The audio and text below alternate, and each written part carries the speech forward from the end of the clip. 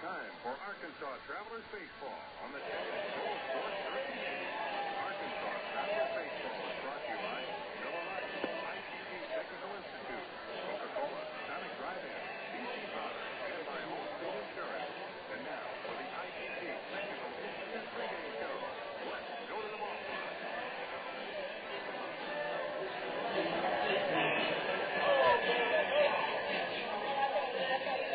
Live from Frisco, Texas, the Arkansas Travelers are on the air. Hello again, everybody. This is Phil Elson. A very pleasant good evening to you. Welcome to Dr. Pepper 7-Up Ballpark. Tonight, minor league baseball and the Texas League present the Arkansas Travelers and the Frisco RoughRiders in Game 3 of a 5-game series. Welcome up here, high above the field here in Frisco. Here on the ITT Technical Institute pregame show, Game 3 of this series, and the Travs would certainly like to forget about Games 1 and 2. Frisco sweeping the Travs last night in a doubleheader by a combined score of 20-1. The Travs were outmatched from the get-go. For one thing, they were going up against a couple of major league pitchers, and Mickey Callaway and Doug Brocail, each of them on a rehab assignment. Travs only able to collect 3 base hits over a combined 9 1/3 innings against those two high-caliber pitchers when you're talking about double-A hitters.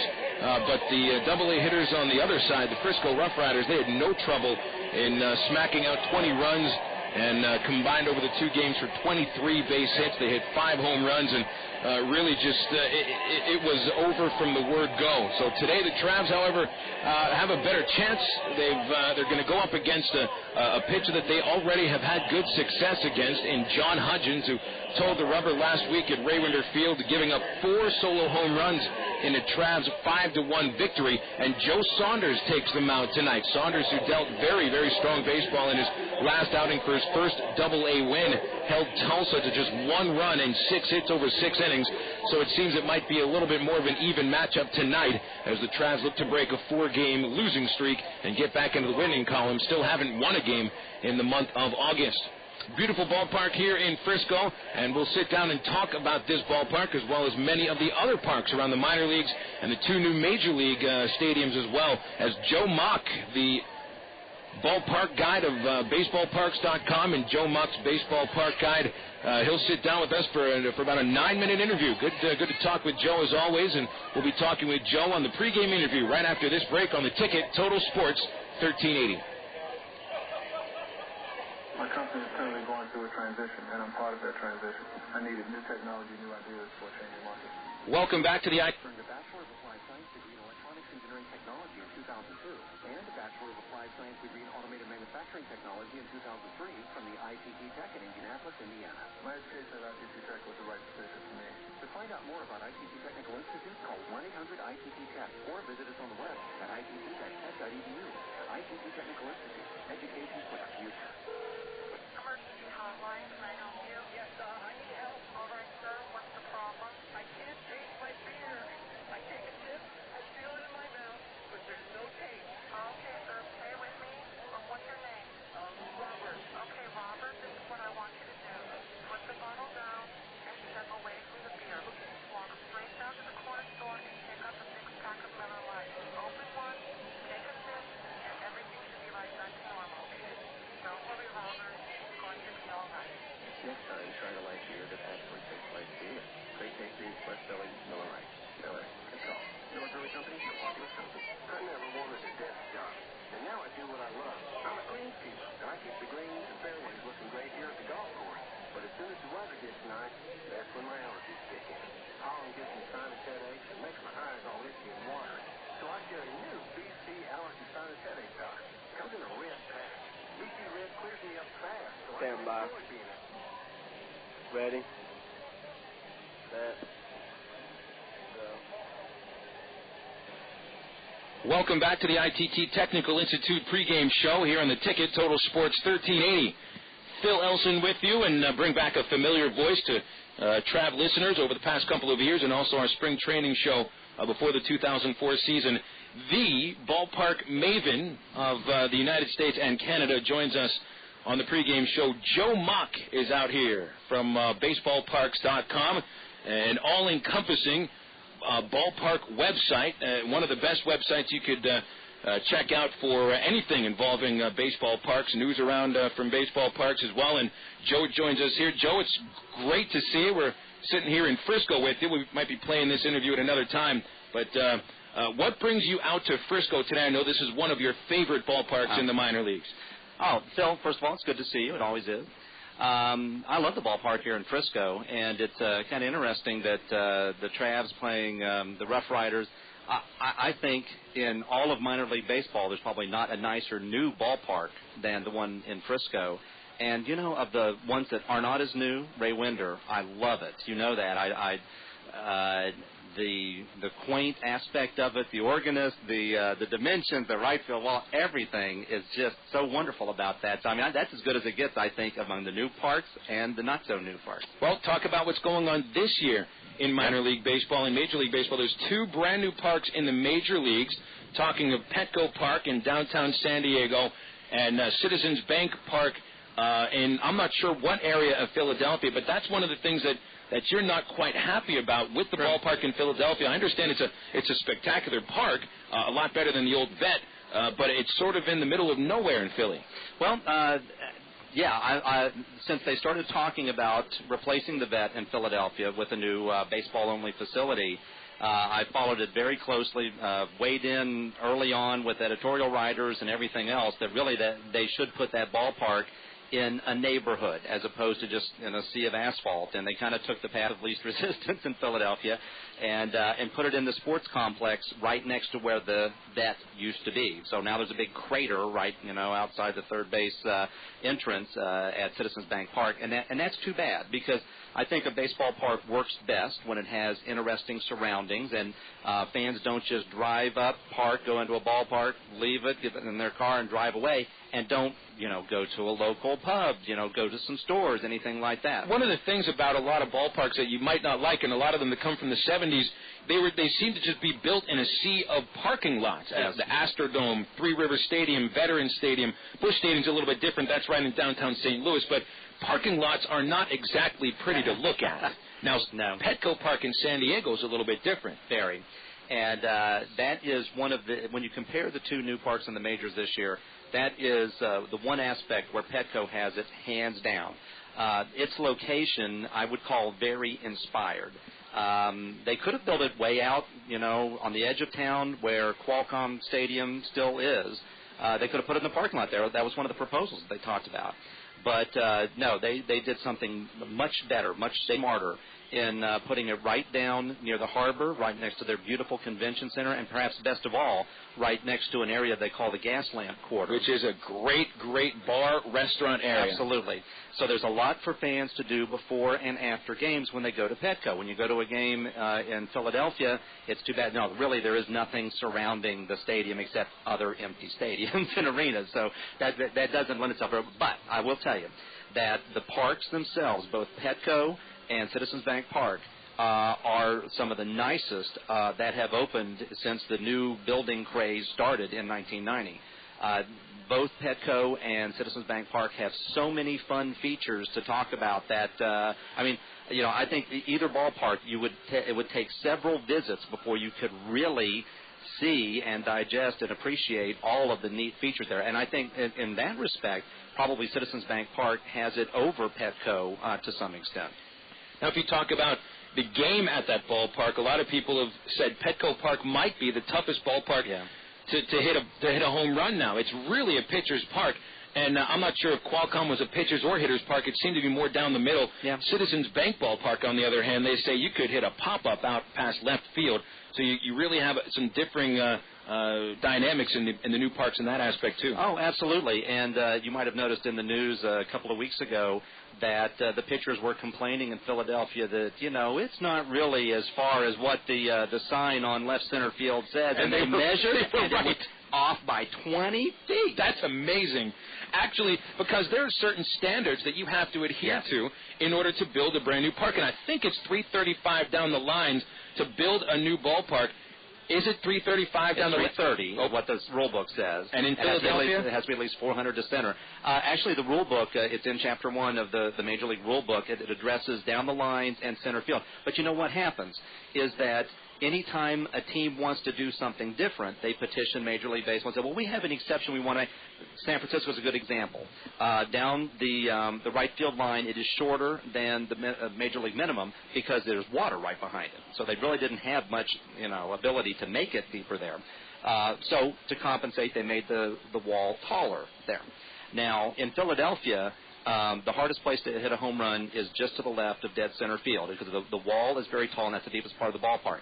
But everywhere else, take a crack and you're likely to hit it over the fence. That's amazing. Well, talking about the major leagues, and I'm not quite sure if there's any new ballparks opening next year. Are there? No. Because I can't even think of one. No. It's kind of rare that you have a year in the last, I believe, 12 years, there's been only 1 year where there are no new major league parks open, and none are scheduled to open next year. St. Louis is probably on track to open in 2006, but there are not going to be any new ones. And I'm kind of happy about that, actually, because I'm looking to come out with the second edition of my book, Joe Mock's Ballpark Guide, and it's easier to come out in a year when there's no new ballparks, because then it's not out of date. Makes the book last a little bit more. Gives it a better shelf life. I guess since your last book came out a couple of years ago, there's been a few new parks that have been built. PNC Park, which I think you would rate it as the best ballpark that was opened up last year. Aside from, was there another ballpark that you rated higher than that one? Well, actually, on my website, baseballparks.com, I rank parks using 1991 as the dividing line. I rank all parks 1990 and previous, and then also 91 on. And of all the new parks, and I believe there's 17 of the 30 now have been built since 1990, PNC Park in Pittsburgh is my favorite. It's just so beautiful. They did everything right. It has no, glaring flaws. It is about as perfect a ballpark as you can make. But you know what? I think in the minors, the Frisco ballpark, it comes very close to achieving that same goal of having no glaring flaws. The Texas League really does have, out of the new ballparks that have been built in this league, in Midland, in Round Rock, and Frisco, it might be the best league as far as personality to those ballparks. Yes. A lot of people have thought that new ballparks start to really just look alike. They look, they're not cookie cutter, but they say you could just take quirky dimensions and brick walls and wrought iron gates, and it's the same thing no matter where you go. Not true. No. Not in Round Rock, not in Midland, not here in Frisco. And so I'll tell you, in the late 90s to about 2000, you started to see the same architectural footprint kind of designed throughout minor league baseball when a new park would open. And I'm very happy to say, because I spend a lot of my time traveling around to see new ballparks, I'm very happy to say that in the minors there is now great variation from park to park. The design here in Frisco, for instance, is like none other in baseball on any level that I have ever seen, and I've seen an awful lot of them. And so that really makes it fun when you have a ballpark that's very different. I'm about to visit the new one in Montgomery, Alabama. And that ballpark, it was built essentially in the area where there was a train station, and the trains used to come in and out of downtown Montgomery. They left the train station in place and use it for a store and for the upper level of it for the luxury boxes and things like that. That's tremendous when you can do something like that. It's kind of reminiscent of leaving the B&O warehouse in place in Baltimore beyond right field in Camden Yards. So when you can do interesting, different things like that, it makes my job more fun as I'm reviewing ballparks. And it's a great job that you have, Joe. You're one of the luckiest men in the world, and certainly I know it takes a lot of effort and a lot of time to put all the work together and to make all the travel plans and save time for writing about it. And it's really enjoyable, the work that you do. Your book, as I've told you, is a lot of fun to read. It's a very easy read to learn about the ballparks. And if you ever get the chance, folks, log on to baseballparks.com. It's just all-encompassing, majors, minors, and Joe is not afraid to share his opinion, as I'm sure you've just found out here in this interview. Joe, thank you very much for your time, and we look forward to seeing you in Little Rock, whether it's at Raywinder Field or who knows what other place Travis might be playing in a couple of seasons. I'm following those developments very closely. I'm anxious to see what happens. Well, Joe, thanks again. Thank you, Phil. Folks, we'll be right back after this with the starting lineups here on the Ticket Total Sports 1380. White beside me, we're out of Coke. You? Sorry. First one to aisle 5 buys the other Coke. Yeah, you're on. Yo, Tony Stewart, you jumped the green flag again. Hey, stop throwing cereal boxes at me. Whatever, stop crashing my car. Walter. Oh. Looks like you're buying me that Coke. NASCAR fans have a one-track mind. Jason Coke says I need you to register. Coca-Cola, the official soft drink of NASCAR. Coke, real. Slush variety. Sonic's got it, others don't. The hotter it gets outside, the more choices you need to chill down on the inside. Nothing compares to Sonic's famous slushes, with classic flavors like cherry, grape, and orange. Real fresh fruit slushes like lemon berry, strawberry, and lime. You can even mix and match flavors to create your very own slush. Or try the latest creation, our intense new Powerade slush. Available for a limited time only. So hurry into Sonic. Nobody gives you more ways to beat the heat. It's not just good, it's Sonic good. The biggest event of the baseball season is back. The Arkansas Travelers present Clunker Car Night. Tuesday, August 10th at Ray Winder Field. More cars than ever before will be handed out to lucky fans. In fact, there will be a used car given away every single inning. Stop by and pick up special $3 tickets at any of these locations. Russell Chevrolet, Little Rock Dodge, Vail Honda, Watney Chevrolet, North Point Nissan. But wait, there's even more $3 tickets at Crane Chevrolet, Landers Toyota, North Point Ford, Landers Ford, Sherwood Pontiac, North Point Toyota, Fletcher Dodge, Fox 16, Magic 105, Classic Country on the Edge, 100.3.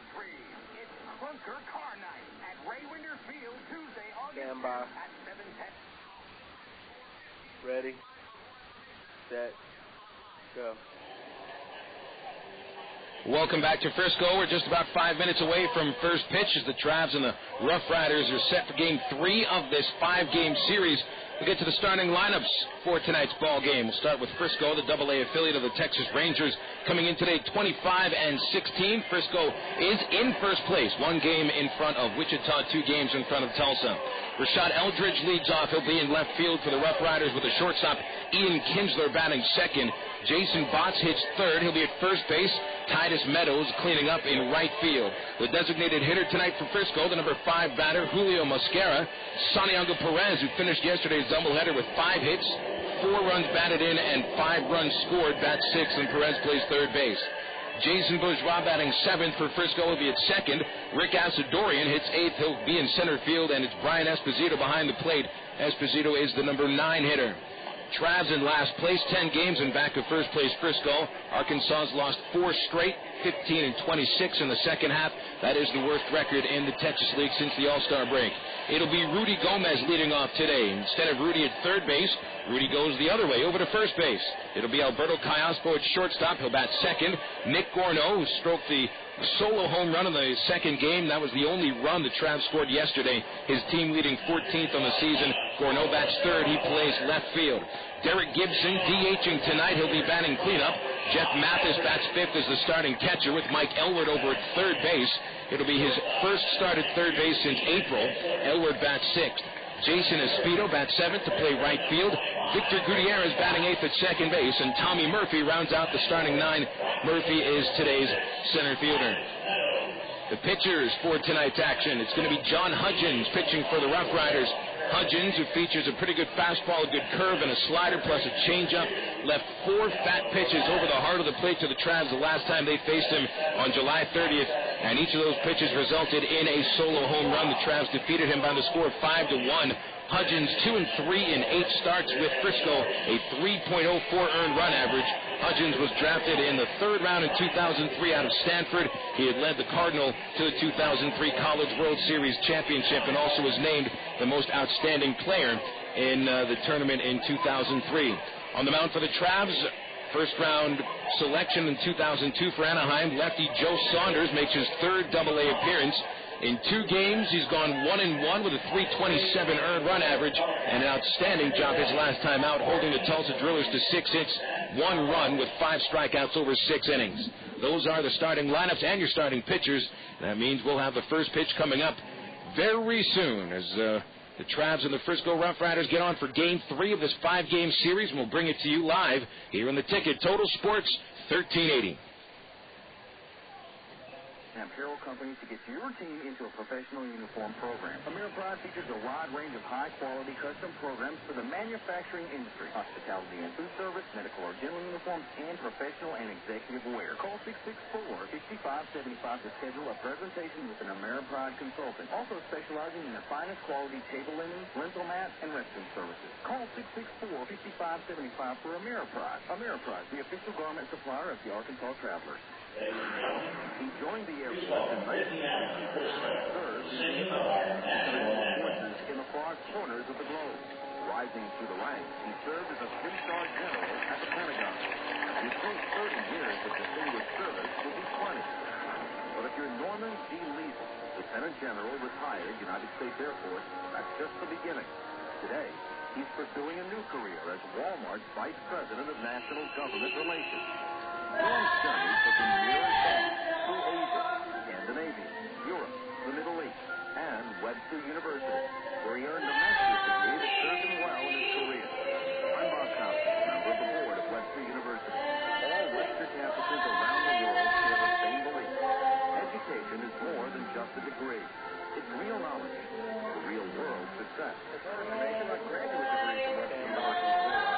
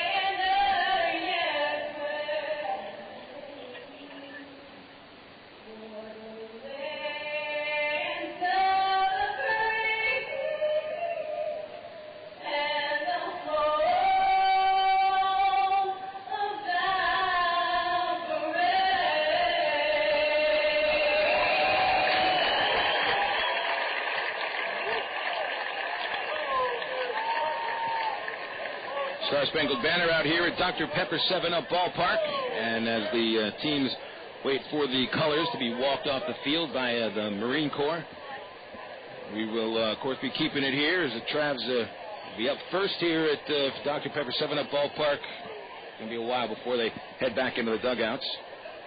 We welcome to the broadcast my broadcast partner from yesterday, today, and tomorrow. My father, Howard Elson, joins us. Welcome back. Hopefully we'll get a little bit of a better contested games than we saw yesterday. Last night was a little bit difficult, but we spoke with Ty Boykin after the game last night. He said, look, I mean, he doesn't want to make any excuses, but Travs last night sort of ran into a buzzsaw, especially when it came to the pitching of Mickey Callaway and Doug Brocail, two major leaguers that were on rehab, and they looked like major leaguers pitching against a competition that they were a little bit above. Well, thanks, Bill. It's always a pleasure to share a booth with you, as you did with me 12, 13, 14 years ago. I think you're right. I think the Travs may have been a bit overmatched yesterday. The games were really lost in the first inning and never a chance to come back. And we did more than just talk to Ty Boykin last night. I think we consoled Ty a little bit because he was not happy about the effort given by his ball club. But that's baseball, and today's another new day and a new game, and hopefully a new result. One thing Ty was talking about is that there was no margin for anything unexpected yesterday when it came to the pitching rotation, and that's what happened. There was something unexpected in the neck injury to Yoshi Mizuo, limiting him to just one inning of work, and that's why Rudy Gomez had to come out and pitch the final inning of the doubleheader. And this also leaves the Travs pitching staff I don't want to use the word shambles, but it's close to that, and it's for no other reason than that there just aren't enough arms right now in order to pitch the amount of innings that are necessary. Ty Boykin was going to get on the phone and talk with Mike Butcher, the Angels' minor league pitching instructor, and try to see if there's anybody available, but that's the problem right now. Nobody's available. There's a lot of injuries at the upper levels and the lower levels of the Angels system, so I guess right now you got to say, guys, you're going to have to just sack up and do what you can. Well, you know, this is not unusual in any level of professional baseball where there are times when you are thin. And you hope that somebody's going to, on the pitching staff's going to suck it up and just eat some innings, whether they get their brains beat out or they're throwing well. They're going to have to stay out there and save the rest of the pitching staff. And I think that the Travs are in that position right now. We know it's not a complete disaster, Phil, because I really argued my case for a one-day contract to get out there and throw for the Travs, and Ty just kept sucking on his beer. So I think we're not quite at disaster level yet. But it should be interesting because nobody's going to know this situation better than the Travs pitching staff itself, and they know that they've got to suck it up, and they're going to have to give maybe a few more innings than they're used to or they're expected to, because this is going to be crunch time for the Travs pitching staff. You've been looking for that one-day contract for the last 5 years. Yeah, I'm still going to look at it, although I don't think I want to pitch in the Double-A level. I might be the most interesting 56-year-old rookie in the rookie league. I think I'll throw there for an inning. Well, there was 37-year-old Doug Brocail going up against 36-year-old Yoshi Mizuo yesterday. Was to say he couldn't get a few outs in the lower levels of the minor leagues, but I think you're right. Double-A might not yet be the level you're ready for. Well, I think maybe Pity may be my best pitch. Don't hit it. Don't hit the ball, please. He's a nice guy. Don't hit it. Well, the Travs will try to hit against John Hudgens, a pretty good prospect for the Texas Rangers, a third-round pick out of Stanford from last year. Took him only about a half a season to get up to Double-A ball in just his first full year professionally. And his first pitch of the game to Rudy Gomez is over the plate for a strike. He came with a slider, a pitch we're going to see quite a bit from him. First pitch at 7:36 here at Frisco's Dr. Pepper 7-Up ballpark. Much cooler at the start of today's game than last night's doubleheader. We had a 96, 97 degrees at start time yesterday. Tonight it's 88 degrees at first pitch. Gomez batting right-handed. And here's Hudgens right-handed as well. There's a curveball on the outside corner. Nice snap to that pitch. And Hudgens gets ahead with a couple of strikes. Hudgens stands 6'2". He's 195 pounds. Born in Oklahoma City, but he was raised in Mission Viejo, California.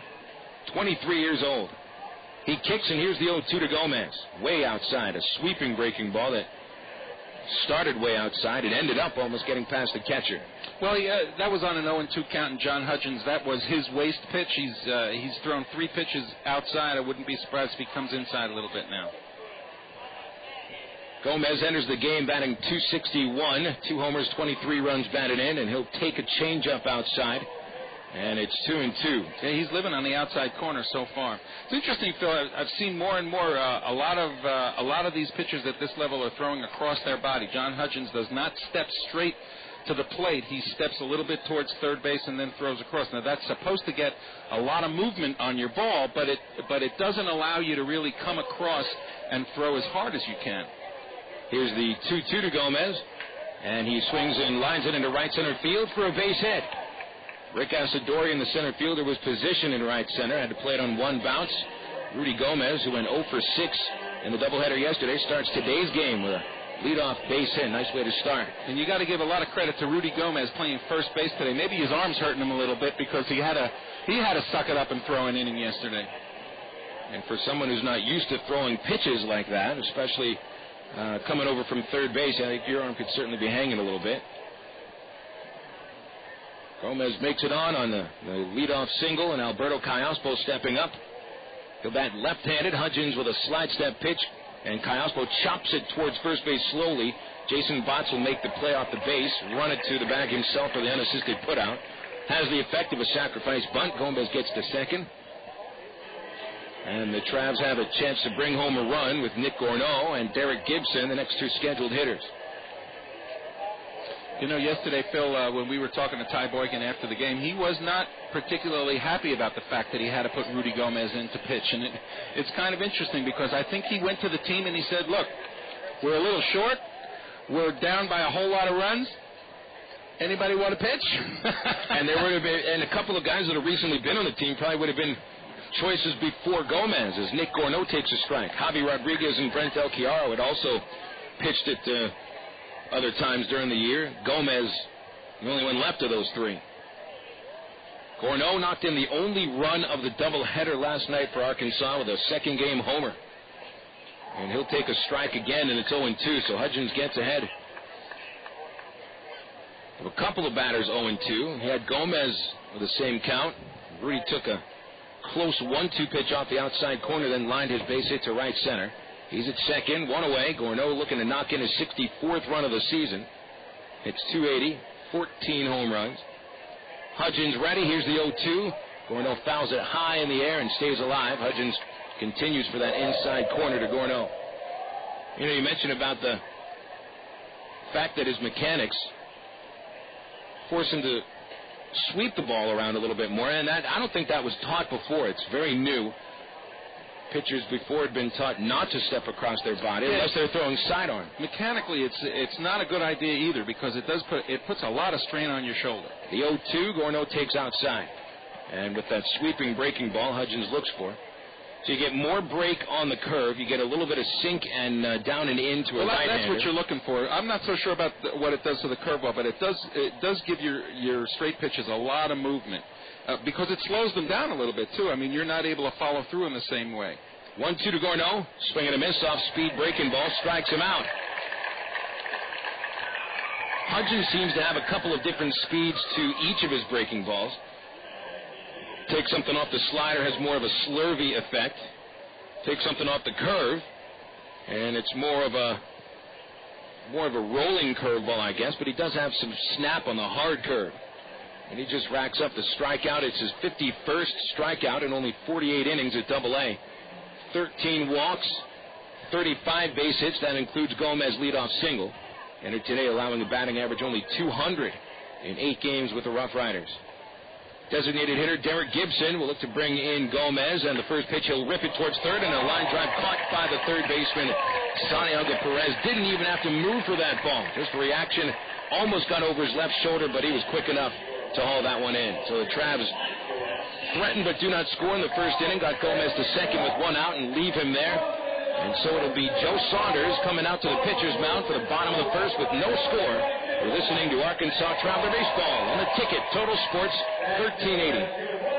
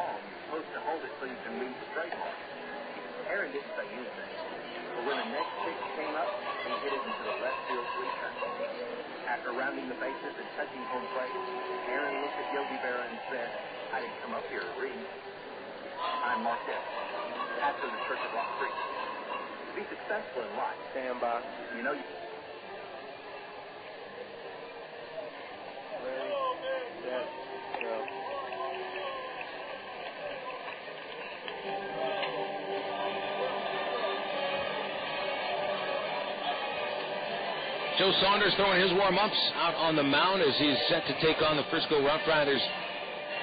Third start of Saunders' Double-A career. He'd begun the season at Single-A Rancho Cucamonga after missing all of 2003 with a shoulder injury that did not require surgery, just a lot of rest and rehab. Saunders rebounding this year to go 9-7 at single A, 1-1 at double A, and coming off a fine performance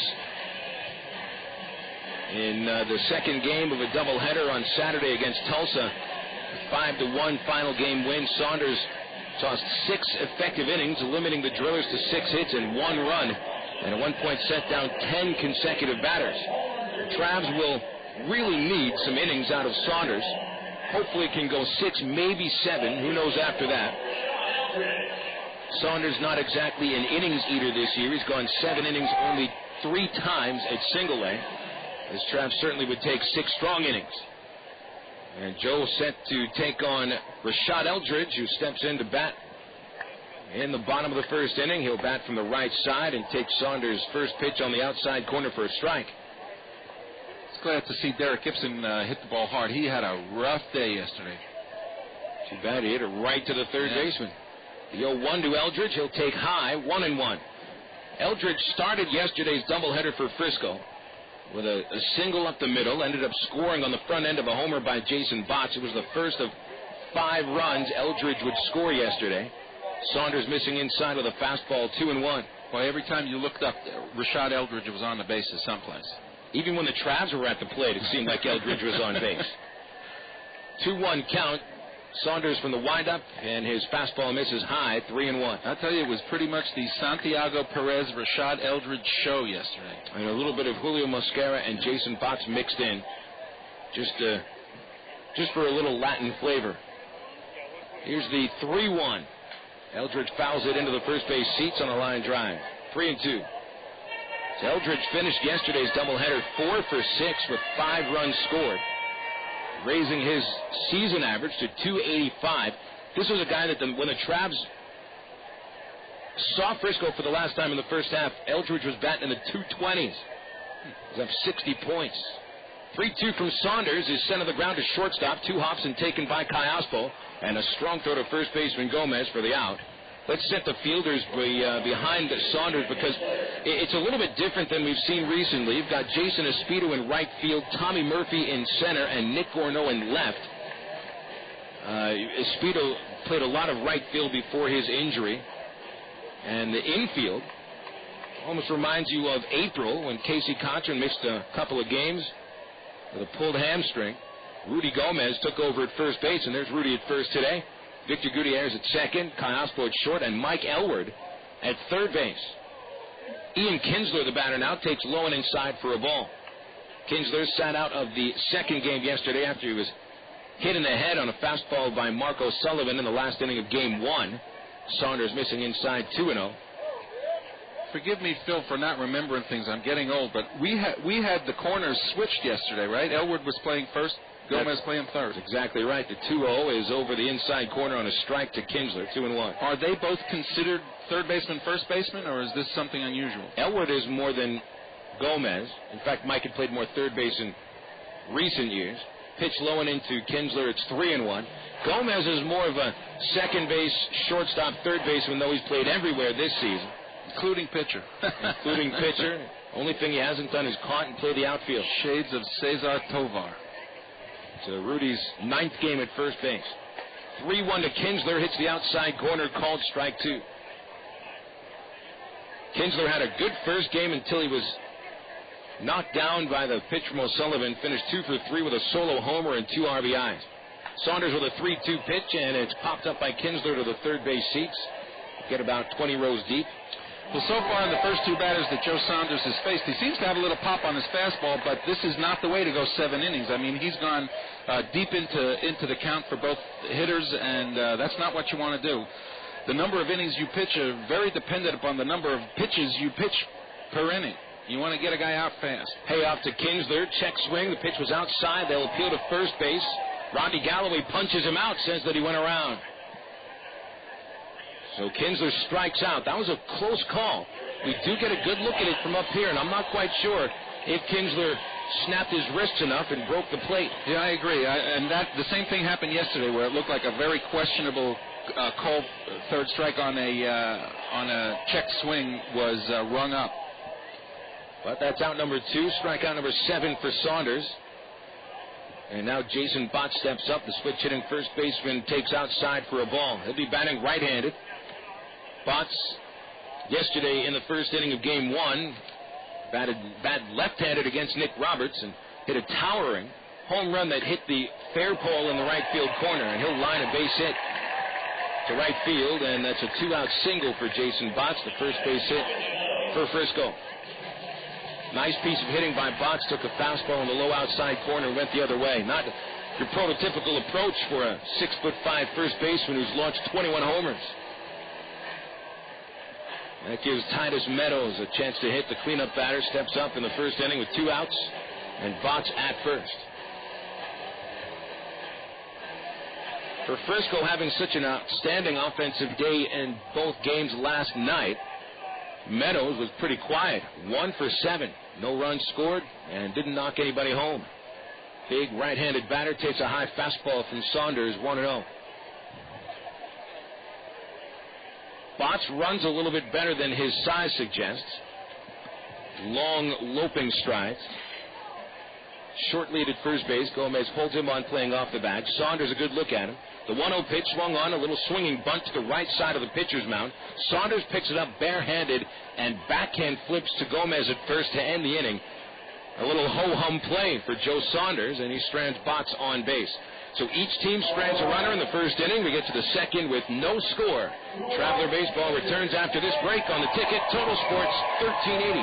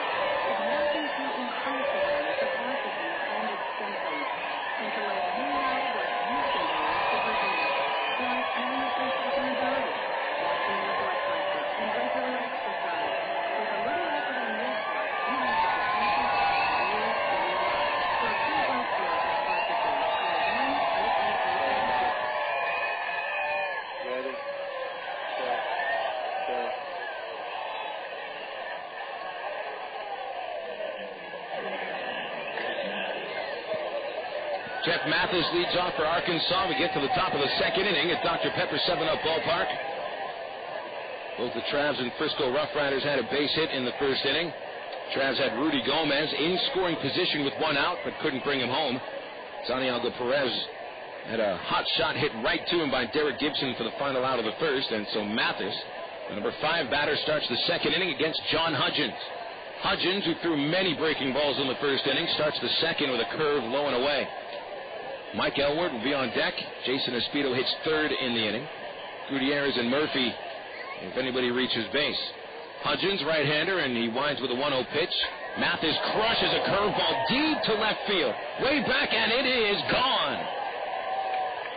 Hudgens allows his 5th home run in 2 starts against the Travs. Mathis, number 13 on the season, and boy, a hanging curveball right down Broadway. That actually was a home run in the waiting, Phil, because Hudgens had been throwing up for all of the first inning, too, and got away with it, and is not going to get away with it the whole game.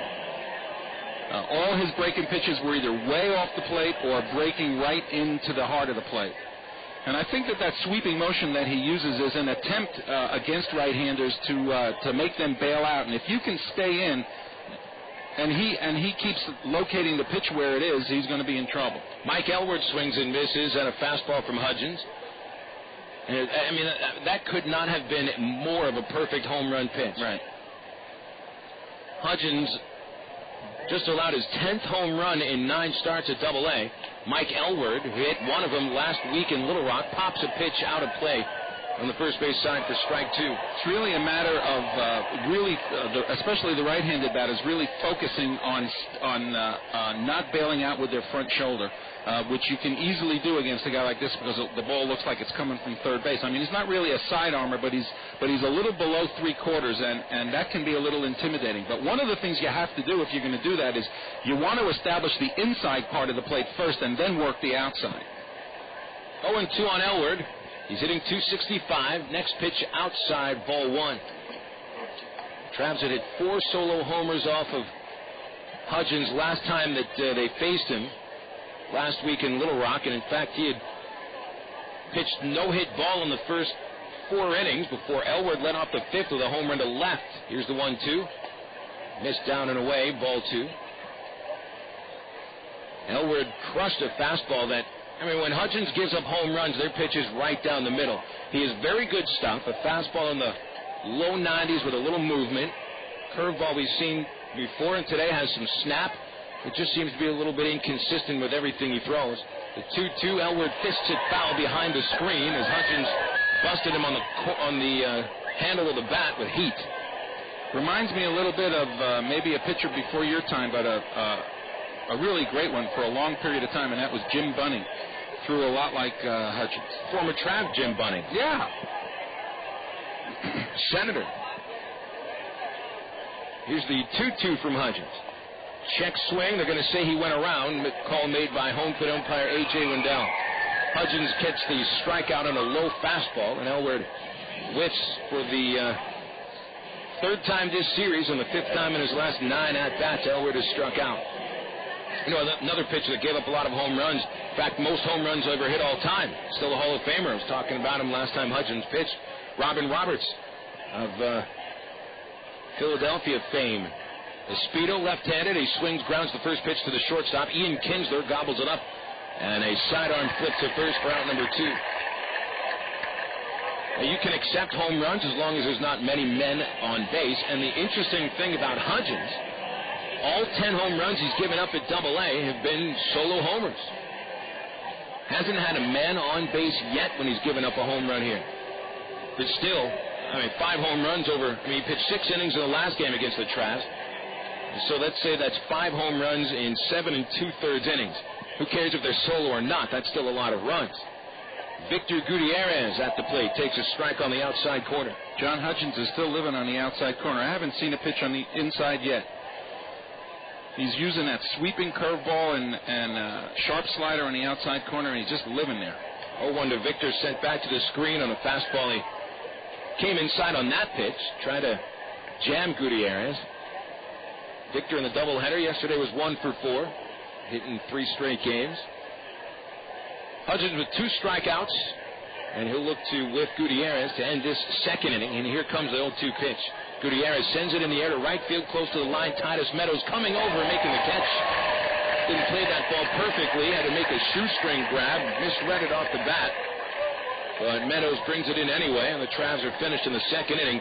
The leadoff homer by Jeff Mathis, number 13 on the season for Jeff, puts the Travs ahead 1-0. Going to the bottom of the 2nd on the ticket. Total Sports 1380.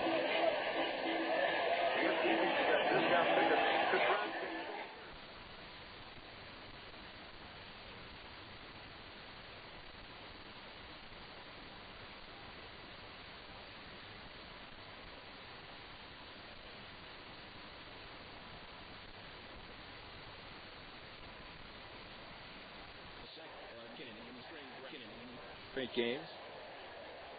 Hudgens with 2.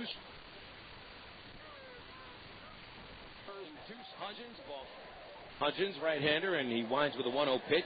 Mathis crushes a curve. If anybody reaches base. Hudgens, right-hander, and he winds with a 1-0 pitch. Mathis crushes a curveball deep to left field. Way back, and it is gone.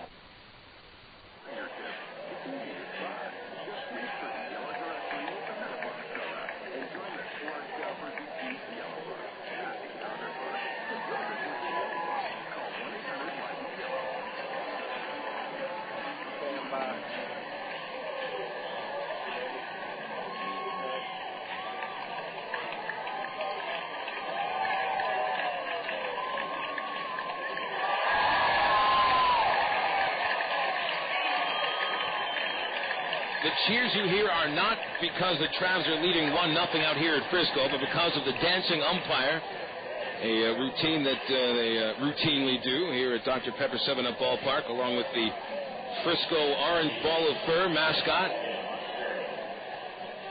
You don't see umpires with moves like that. Although it actually took me almost the entire bit to realize that wasn't a real umpire. Well, he's dressed right down to the T like one. Last night, I think the umpires could have used a few dance moves. Julio Mosquera leads off the second inning and takes a pitch outside for a ball. Yeah, especially A.J. Wendell, for the crew chief, who took the brunt of, maybe he took the brunt of the spittle thrown out there by Tim Ireland, got in his face quite a bit. 1-0, Mosquera flies it down the right field line. He hit it well, but that ball's way out of play. And into the Traveler bullpen, where young Aaron Boykin tried to make the catch in his bullpen catcher's outfit. Don't tell me that 10-year-old Aaron Boykin is the bullpen catcher. Yeah, Ty's got his kids with him this trip. He's putting him to work. Mosquera, right-handed, finished yesterday with 7 runs batted in, and he hits a change-up in the left field. It'll fall in for a base hit.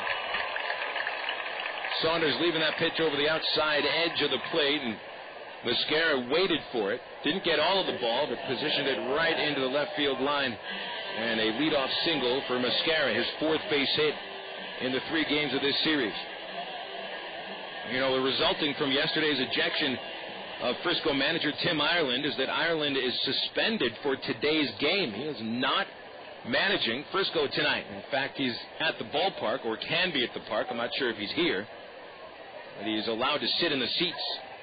Pitch high to Santiago Perez for a ball. And the umpiring crew breathes a sigh of relief. Now, they know that there won't be really any controversy, or if there is, there won't be any long tirades or any grandstanding. Well, that's what it was, Phil. I mean, I think Tim Ireland had an argument, but he should have made it and been done with it. But he really was attempting to show up the umpires. From what we've been told, that was the 7th time he's been ejected this season at this ballpark. That doesn't even count what's happened in the rest of the league. Well, he's a show unto himself. 1-0 to Perez. Saunders missing high, 2-0. Travs up 1-0 on a home run by Jeff Mathis. We're in the bottom of the second, and Frisco got a leadoff single by Julio Mosquera, and Perez ahead of the count 2-0. You don't want to give Perez too many shots against the Travs. He's 13 for 22 against them in 6 games. With that right-handed, Saunders with a 2-0 fastball missing high, 3-0. So instead, Paul Carey will take over the RoughRiders for today. And Carey, Travs should be used to having to go up against him, being that he managed against them 5 games last week when Ireland was on his mandated vacation. That was mandated by the Texas Rangers. Today's vacation mandated by Texas League President Tom Kaiser. 3-0 pitch to Perez right down the middle, and he took it all the way, 3-1. That's an interesting concept, Phil, that the all up and down the Texas Rangers organization, all of the managers have to take mandated vacation during the season. Here's Saunders with a 3-1. Perez takes high and away, and that's a walk, sending Mosquera to second. So 2 men make it on base before the first out recorded.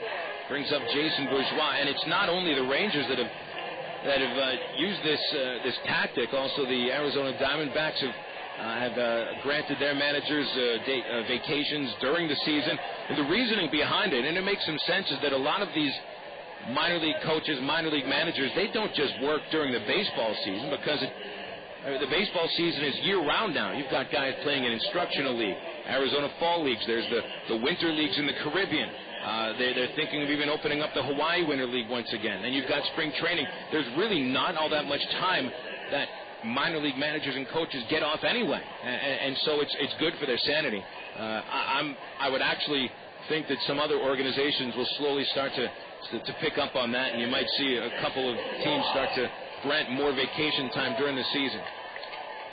It also gives other coaches a chance to manage a game here and there, and might be able to help them out as coaches throughout their careers. Jason Bourgeois steps up. He'll take a high fastball. Saunders without command of the strike zone to get into the second inning. Just had a quick visit to the mound by pitching coach Kernan Ronan, and hopefully that talk will calm Saunders down. He's allowed a leadoff single, then a walk. Falls behind Bourgeois, 1-0. Bourgeois, right-handed batter, tries to look to turn 2. And a slider on the inside corner for a called strike. You have to wonder how come Bourgeois isn't squaring around and trying to sacrifice bunt. In a spot like this, he could get his team the tying run at third base and a go-ahead run to second with only 1 out in the inning. But this also shows that Frisco just does not use the sacrifice bunt. It's not their philosophy up and down through the minor league organization and even the major league team. Texas doesn't use that bunt quite often. Saunders ready at the belt. Here's the 1-1. Bourgeois will swing and hit into the air to right center. Charging in is Tommy Murphy. It's Jason Esposito making the call from right field. And Esposito makes the catch. The runners will hold.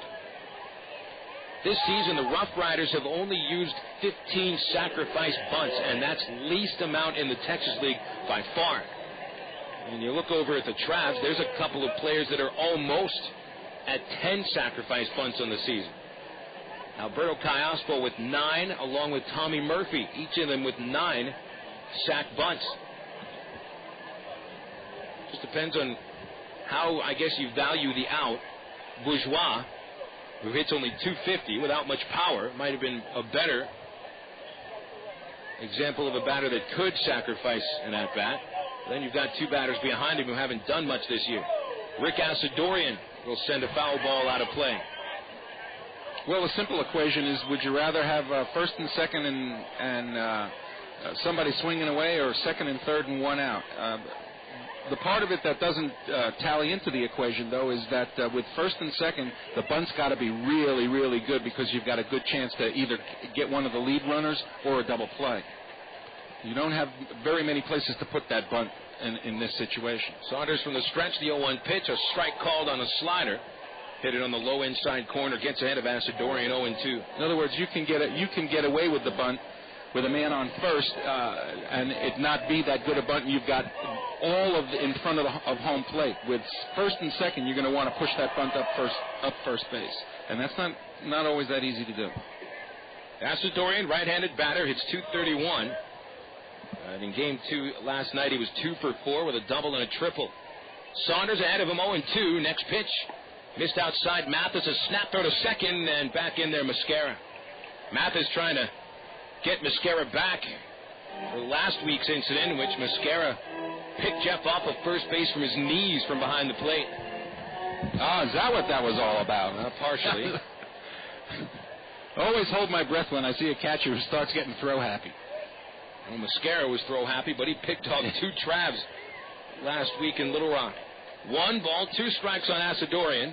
Saunders checks second, and now the pitch. Asadorian takes high and inside. Yesterday, that would have been a strike.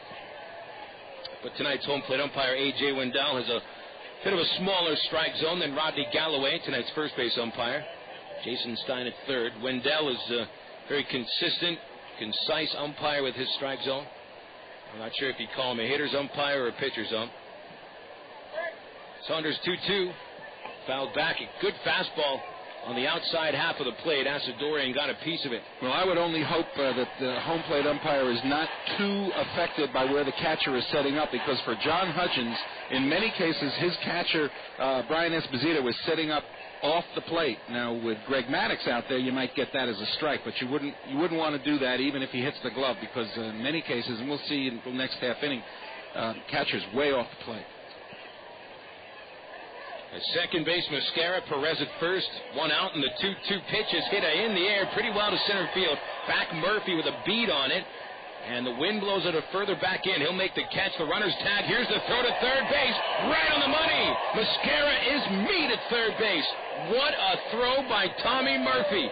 Registered that right arm at the gun shop. Oh, my goodness. On the fly. Tommy took a couple of steps back, came into the ball, came up throwing a bullet on the fly to third base to get the runner. Now that ends the second inning, a double play going 8-5, and the Travs hold on to a 1-0 lead. We go to the third on the ticket. Total Sports 1380.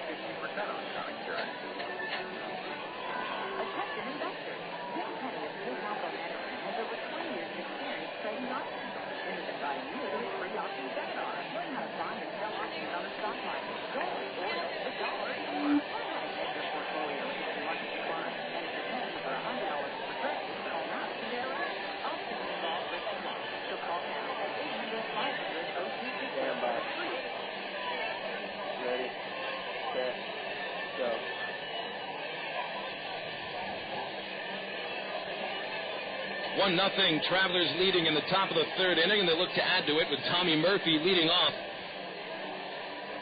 Murphy, who just ended last inning with an absolutely stupendous throw to third base.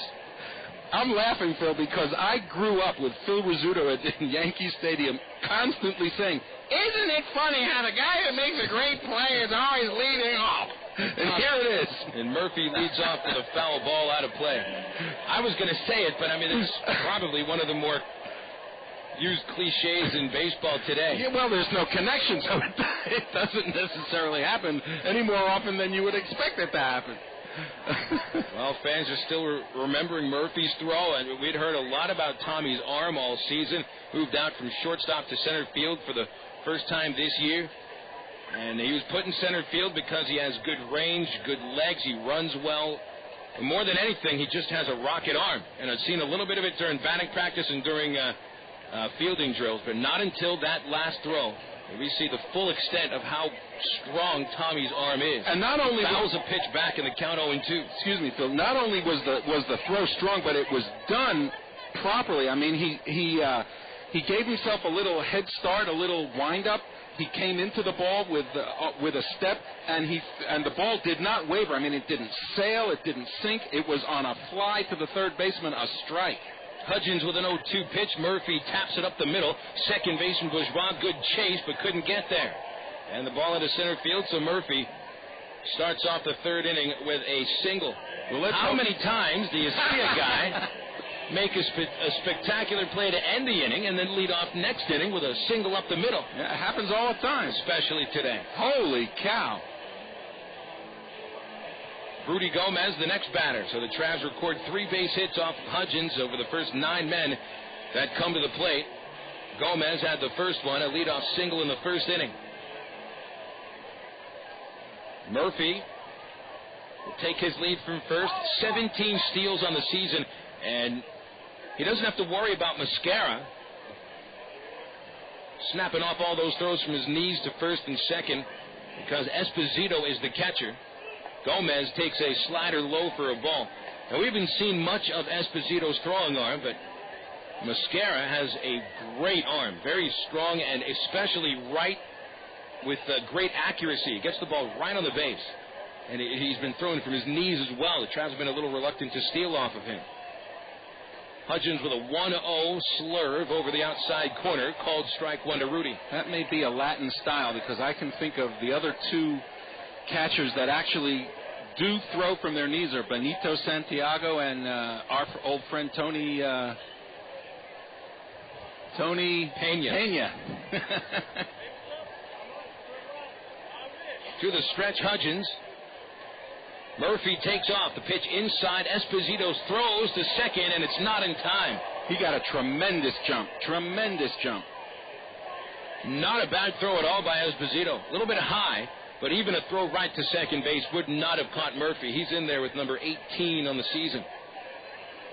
Now, I'm thinking a guy with an arm like Tommy Murphy is destined for right field, Phil. Is there a reason why he's playing center? Is it because they want to check out his range in center field? Uh-huh. He actually has pretty good range. Uh-huh. Outfield shifts over towards right against Gomez. And the second baseman Bourgeois is about to step into the outfield. Hudgens inside with a fastball, 3-1. 1-0 Travs on a homer by Jeff Mathis in the second inning. Travs have had the leadoff man reach in every inning so far, and haven't had another man reach base in any inning. 3-1 to Gomez. Hudgens sets, checks second, and now delivers inside, and he walks Gomez. First 2 men make it on for the Travs in the third inning. Frisco had their first 2 batters reach base to start the bottom of the second, and they were unable to score. We'll see what the Travs do. And this is the spot where we have been talking about if Jason Bourgeois should have bunted with men at first and second and nobody out. Bourgeois on a team that never uses the sack bunt, and so that might have come back to haunt them a little bit. Let's see what happens here. Alberto Callaspo is taking a good long look down at Ty Boykin. Down at third base. 9 sack bunts on the season for Callaspo. Travs have used 49 sacrifice bunts this season, more than any team in the league by 10. Callaspo doesn't square around. He takes the first pitch low, ball 1. Alberto a ground out to first base in the first inning. Right now, it looks like he's going to try to drive a run home instead of move the runners up. Still first, the third baseman, Perez, plays in just a couple of steps. Bots, the first baseman, plays behind the runner. Callaspo batting left-handed, takes outside, ball 2. I'm a little sorry they're not squaring around to bunt, because this is always a very interesting play, because the infield has to use a rotation play where the shortstop's got to go someplace because the third baseman in many cases is coming in to field the bunt. And so they really have to know what they're doing, because at this level it can get very confusing. Hudgens delivers the 2-0. Callaspo takes on the outside corner. Good fastball that hit that outside black. Strike 1. But I have a feeling that both managers probably do not feel that this is going to necessarily be a low-scoring game, a one-run game, and so they're eschewing the sacrifice bunt. Ty Boykin playing for the big inning with Gorneault and Gibson behind Callaspo. Here's the 2-1. He squares around. Now Alberto squares, got it down towards the mound, played by Hudgens. Off the mound, right in front of the plate, gets the out at first base. And possibly what Boykin might have been trying to do is to back the corner infielders up. That was great. That's exactly right. I mean, he picked his right spot, because a lot of times if the infielders are creeping in, they're going to get the advantage and they're going to get the lead runner. In this case, the infielders were playing back for a normal routine swing and were caught on their heels. So the 10th sack bunt of the year for Callaspo is the Travs' 50th. And it might pay dividends if Gorneault can get a hit to the outfield. Gorneault struck out in the first inning. Infield plays back all the way around. The outfield gives room to left center. Hudgens gets the first sign. He goes to the belt. First pitch. Nick swings and jacks it deep to left field. Way back towards the corner. If it's fair, it's gone. It is. Foul. A long drive by Gorneault, just a little bit out in front of it. Not foul by all that much, and certainly had the distance for a home run. 335 down the left field line. And Nick probably hit that ball at least 380, 390. Fouled by a few feet. So Hudgens gets away with a mistake. Came with a fastball about letter high. He's ready, and here's the 0-1. Swinging a foul ball on the first base side. And that time a good fastball on the hands of Gorneault. And Hudgens gets ahead 0-2. Gorneault had an 8-game hit streak end in Game 1 yesterday, but got back on the horse in Game 2 with a homer off of Doug Brocail. 7 runs batted in over his past 9 games. Got 2 ducks on the pond. But Hudgens, who struck him out in the first inning, has him down 0-2. Next pitch, a foul ball, and it was a fastball high and inside. Gorneault, instead of backing off the plate, tried to duck underneath the pitch, and because he raised the bat, the ball hit the nub of the bat right underneath his hands. And so on a pitch that almost hits Gorneault, turns into a foul ball. I think it was a situation of Nick was expecting a breaking pitch and didn't necessarily get out of the way. Esposito setting up way outside. Next pitch is chopped towards third base. This will score a run. Perez takes the ball, throws across the diamond for the out in Gorneault. However, Murphy crosses the plate. Gorneault brings him in to make it 2-0 Arkansas. Credit Nick Gorneault with his 64th run batted in. Gomez has to stay at second.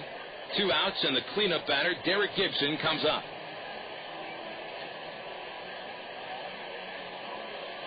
So the sacrifice bunt does pay dividends. Brings home 1 run, at least. Possibly 2 if Gibson can find a gap somewhere.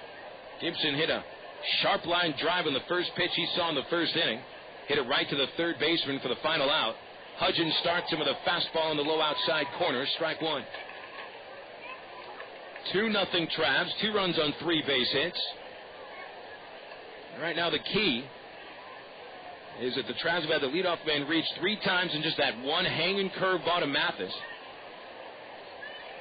But Hudgens could have already had 3 runs come across this plate if Gorneault's deep drive was just a few more feet further to the right.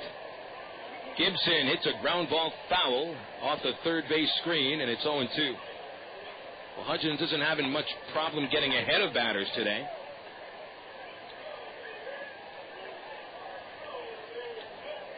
Gibson is the 8th batter that he's been 0-2 on.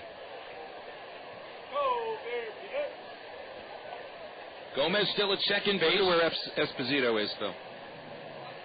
To the stretch, Hudgens. It's way outside. And that pitch is outside. Almost got behind Esposito. 1-2 on Gibson.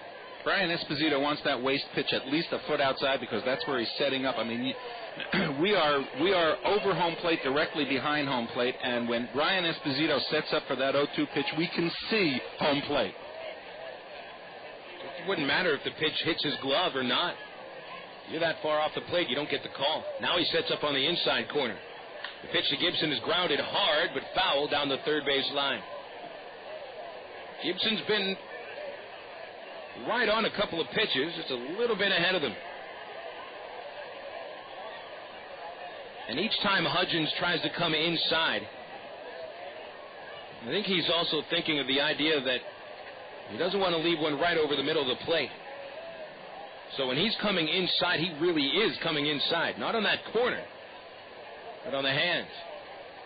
1-2 pitch. Gibson swings and misses. A high, tight fastball ends the third inning. Well, the Travs get 1 run. Murphy had a single, a steal, moved to third on a sacrifice, scored on a ground out.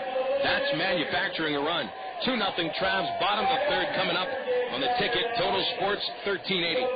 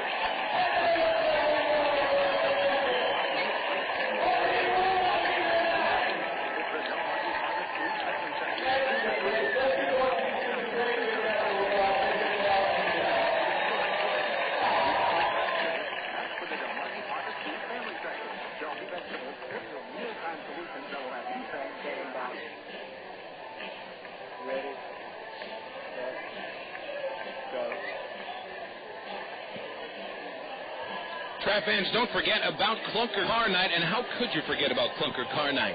Tuesday, August 10th at 7:10 at Raymonder Field. It'll be the Tulsa Drillers in town for Game 2 of a 6-game series.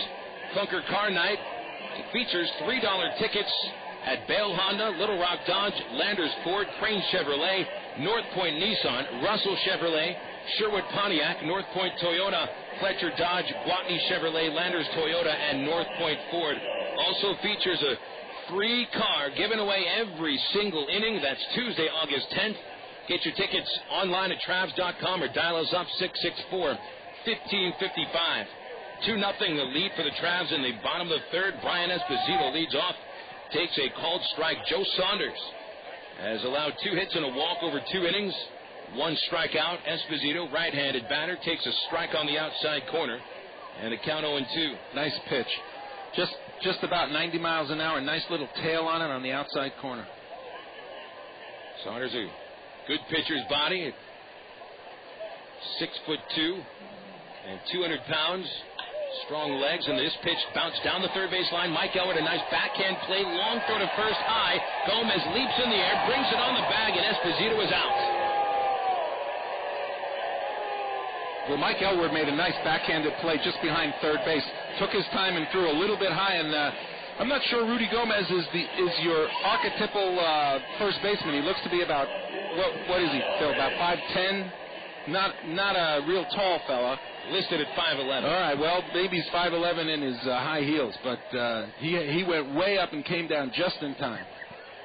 Rashawn Eldridge will take a called strike. So Saunders has faced 9 batters and has allowed only 3 base runners. You got Eldridge to bounce out in the first inning. The bat right-handed, the 0-1 from Saunders, high and outside, 1-1. A very nice play by Elwood, who hasn't been over at the hot corner since April. Showed a little range on that play. 1-1, Eldridge takes down and in, ball 2.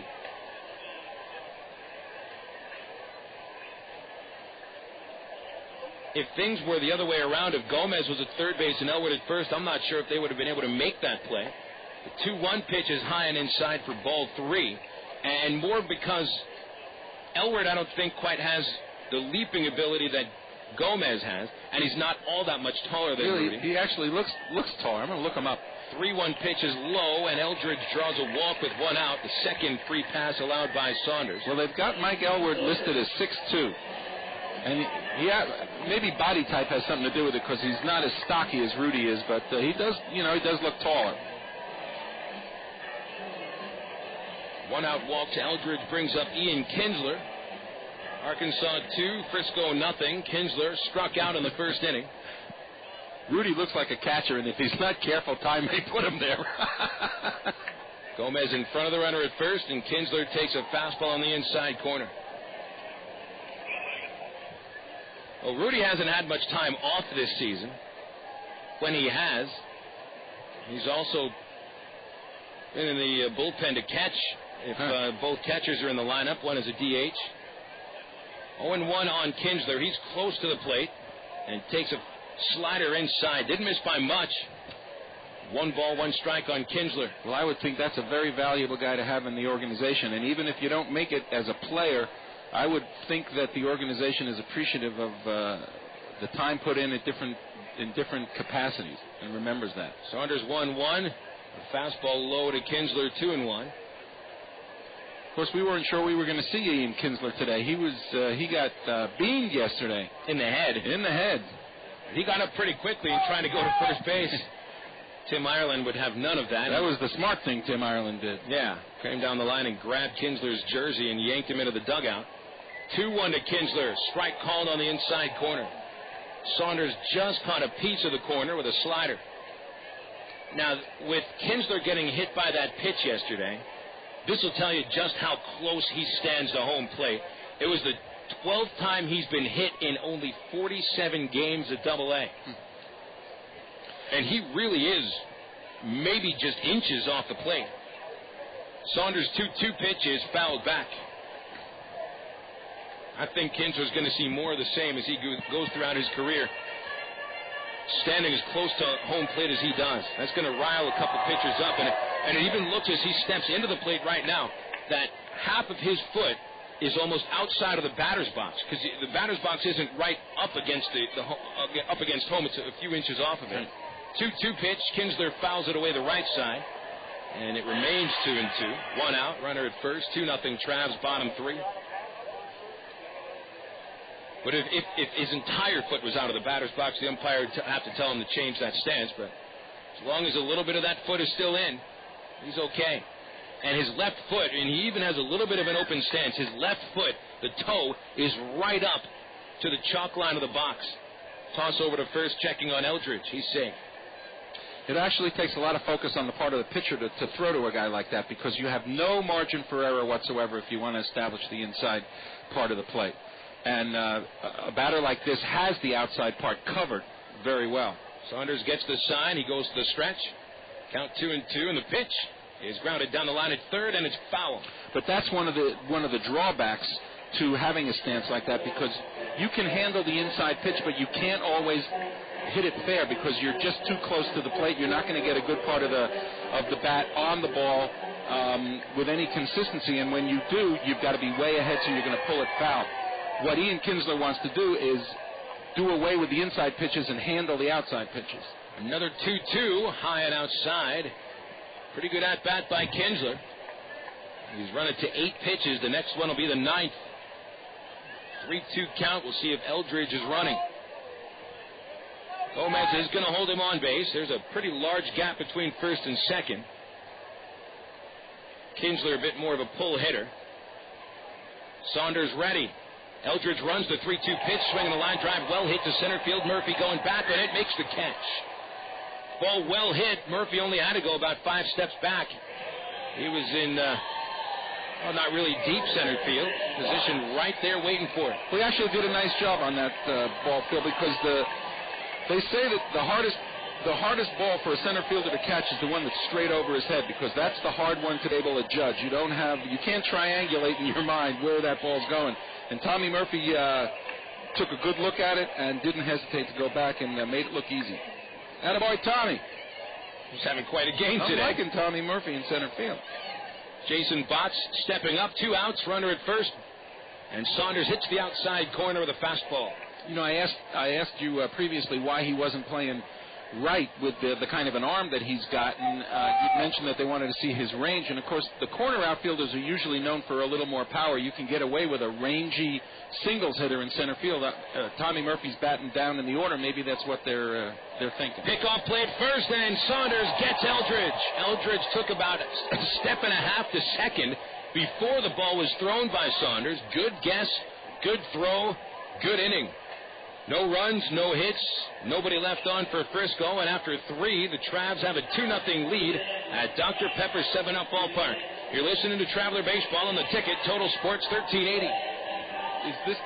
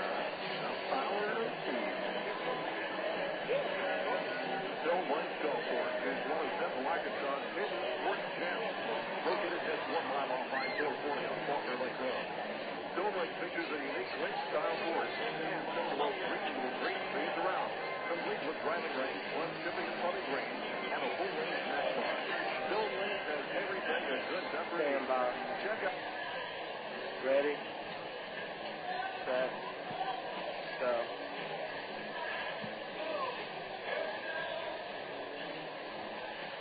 Starting the 4th inning for the Travs, Jeff Mathis. Mathis put the Travs ahead with a 2nd inning leadoff home run, hit it off John Hudgens. And Hudgens back to the mound for the 4th inning. First pitch on the way to Mathis. A curve down and outside, ball 1. And Hudgens was pretty sure to get that curveball down instead of hanging, which is the pitch Mathis cranked in the 2nd for his 13th home run. Here's the 1-0. Mathis swings and fouls it down the line at 3rd into the dugout. Strike 1. Well, last night, the Frisco RoughRiders taking 2 from the Travs. Meanwhile, Wichita fell to Tulsa 12-1. And that put Frisco in first place by 1 game ahead of the Wranglers. Justin Hampson went 8 innings, allowing only 2 hits with 4 strikeouts, earning his 9th win of the season for the Drillers. Mathis takes low and away, ball 2. John Baker, actually that's Jeff Baker, crushed a home run, had a double, scored twice and 3 RBIs, leading the Drillers to their 3rd straight win. Tulsa just 2 games out of first. Wichita 1 game behind Frisco. Hudgens with a 2-1, a high fastball, and it's 3-1. Meanwhile, in the West Division, the Midland Rockhounds' 7-game winning streak came to a screeching halt against the El Paso Diablos.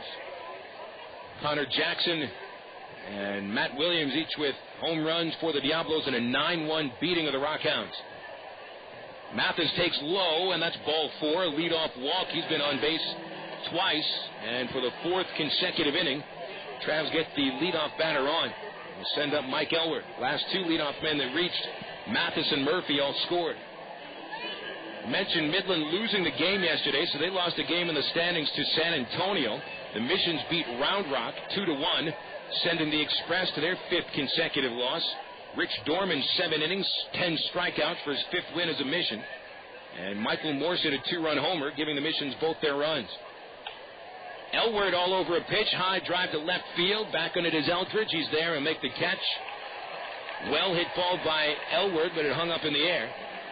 And there's 1 out, Mathis back to first. So the standings in the West Division show San Antonio 2.5 ahead of Midland, with Round Rock 5 games out of first. El Paso starts today 7.5 games out.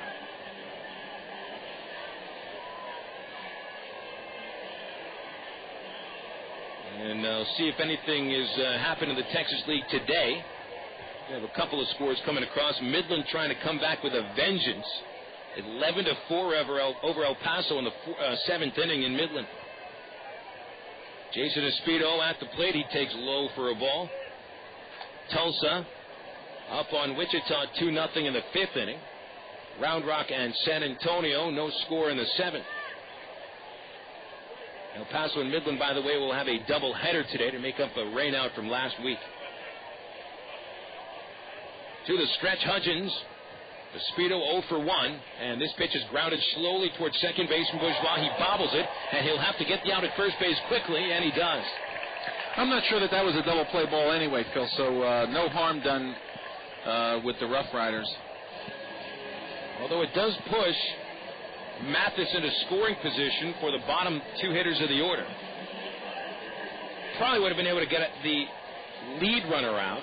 He had to go towards first base 2 or 3 steps. He would have had to already pivot. I'm not sure he would have gotten him at second base. That's why I don't think it was really a double play ball. It wasn't really hard hit, and maybe that's the reason he bobbled it. Was he was a little undecided about whether he was going to second or first. Vic Gutierrez, a wild swing and a miss at a fastball. Gutierrez 0 for 1. He flied out in the 2nd. Mathis draws a leadoff walk. Takes 2 outs to get into second base. Gutierrez entered today's game hitting .267 with 9 runs batted in. Hudgens sweeps a breaking ball low and outside, 1-1. Nightfall settles into Frisco. Wind continues to blow. I think it's been the wind that kept things a little cooler today, plus a lot more cloud cover than last night. To the stretch, Hudgens. The 1-1, same pitch, a curve down and away. Looks like Victor Gutierrez has given in a little bit to John Hudgens' movement. Victor's, this may be his normal stride, but he is striding a little bit towards third base, giving into that sidearm, low 3/4 style of Hudgens. And that's where that slider on the outside corner is going to be advantageous. 2-1 the count. Hudgens delivers. Gutierrez takes down and away. 4 pitches all in the same spot. Curves down and outside. Hang in there, Victor. Don't open up. Hudgens certainly doesn't want to walk him and put another man on base even with 2 outs. Maybe he can hang one here. A fastball, and Gutierrez pops it up on the infield. First baseman Jason Botts drifts over to the dugout in foul territory and makes the catch. And that ends the Trout 4th inning. No runs, no hits. Mathis left in scoring position. 3.5 completed in Frisco. Travs have the lead 2-0. This is Traveler Baseball on the Ticket. Total Sports 1380.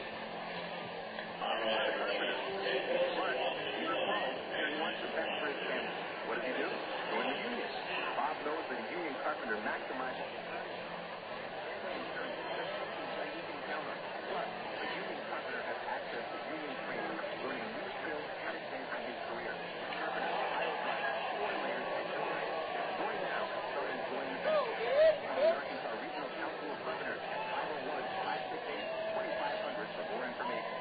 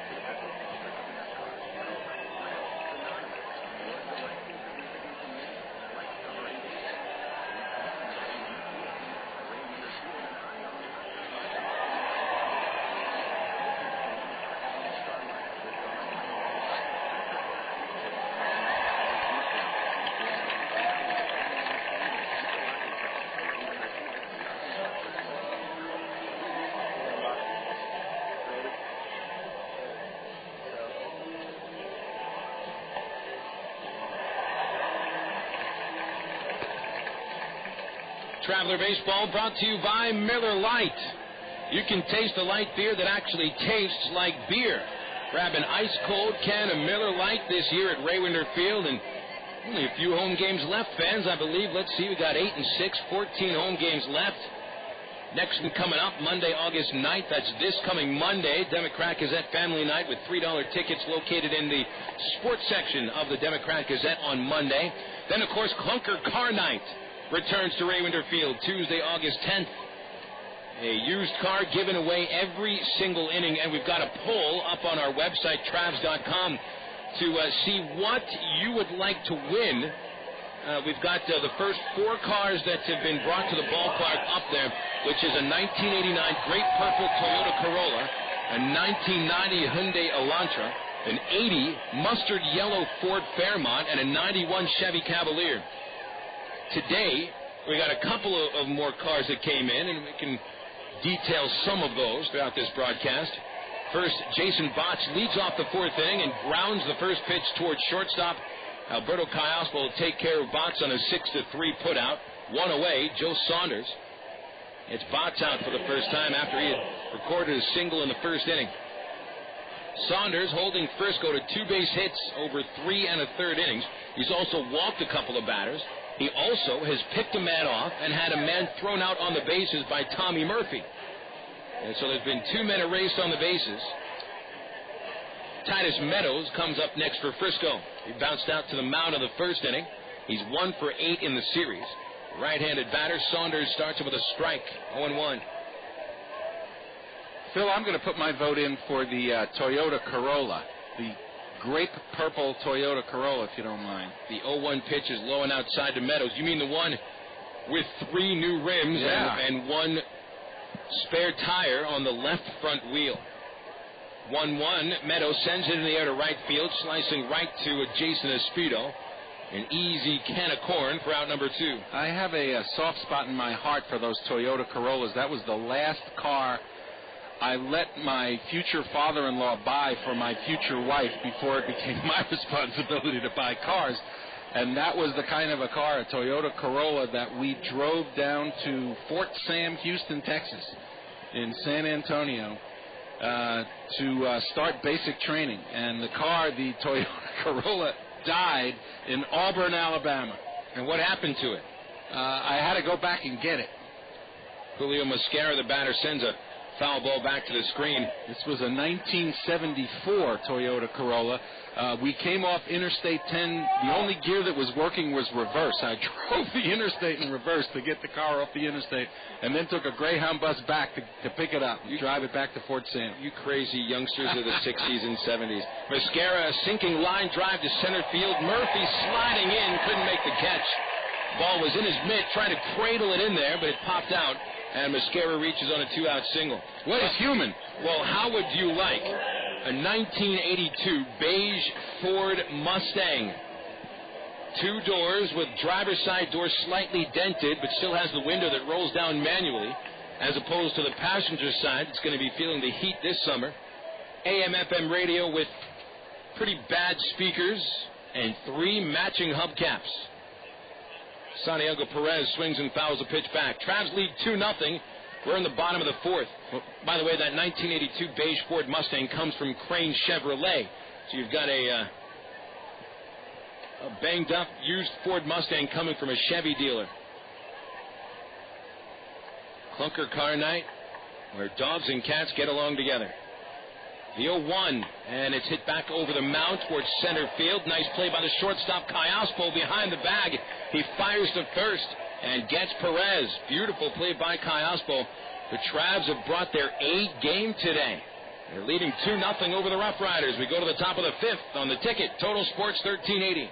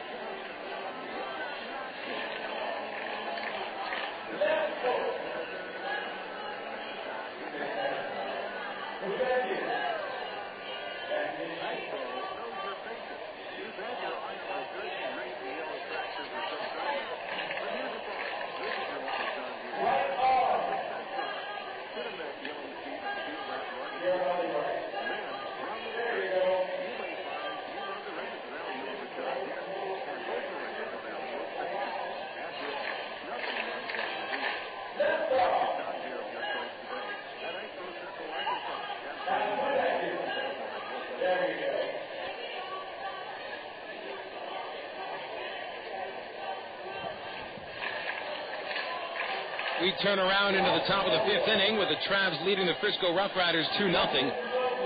Totals after 4 innings, it's Arkansas with 2 runs on 3 base hits with no errors. And the Frisco RoughRiders no runs on 3 hits and no errors. I'm Phil Elson alongside Howard Elson here on Traveler Baseball on the ticket, Total Sports 1380. Tommy Murphy leads off the 5th. Murphy's had quite a game today. He's thrown out a runner trying to advance to third base on a fly ball. He's in a nice catch going back on a drive. He singled, stole a base, and scored in the 3rd inning and takes a strike to start the 5th. John Hudgens has actually pitched a fairly good game, but where he's made his biggest mistakes is against the leadoff batters. 4 leadoff men, all reaching base, including Murphy on his single to start the 3rd. And Tommy takes the 0-1 pitch low, ball 1. Leadoff batters have singled twice, had a homer hit by Mathis. Mathis drew a walk to start the 4th. Third baseman Perez plays in. Got a step off the grass. Middle infielders deep. Murphy batting left-handed. Hudgens off the mound, a quick sec. Now back on top. The right-hander kicks with the 1-1. Soft pitch inside, and it's 2-1. This is actually the kind of game, Phil, there. If you looked at the statistics, you wouldn't be surprised to see maybe 4, 5, 6 runs up for Arkansas with what they've done. And it gets a little scary when you let the other team hang around when you've had the opportunities. Even though they're winning, they've had opportunities to do more. 2-1 to Murphy. Hudgens missing low. Well, the Travs have left 3 men on base, each of them in scoring position. Chance to bring home Gomez in the 1st. With 2 outs, with 1 out, he was at second, couldn't bring him in. Gomez was at second base with 1 out in the 3rd inning, couldn't score him. Murphy, a foul ball out of play, and that runs the count full. Joe Saunders doing a fine job, and we were talking between the inning breakout. It seems that this Trav team woke up from yesterday's slumber. They're playing quite a good game today. We've seen a nice job by Elward, Callaspo, Gomez have all made nice plays. Tommy Murphy's been the star of the game so far. Saunders picked a man off. Here comes the 3-2 to Murphy. Ball 4, low and in. 3rd walk from Hudgens, and that leadoff man makes it on base again. 5 innings every time the leadoff man's been on. It just leaves you so many options, especially for a team in the style of the Travs that uses that sacrifice bunt. The sac bunt turned into a run in the 3rd inning, and we'll see if they use it.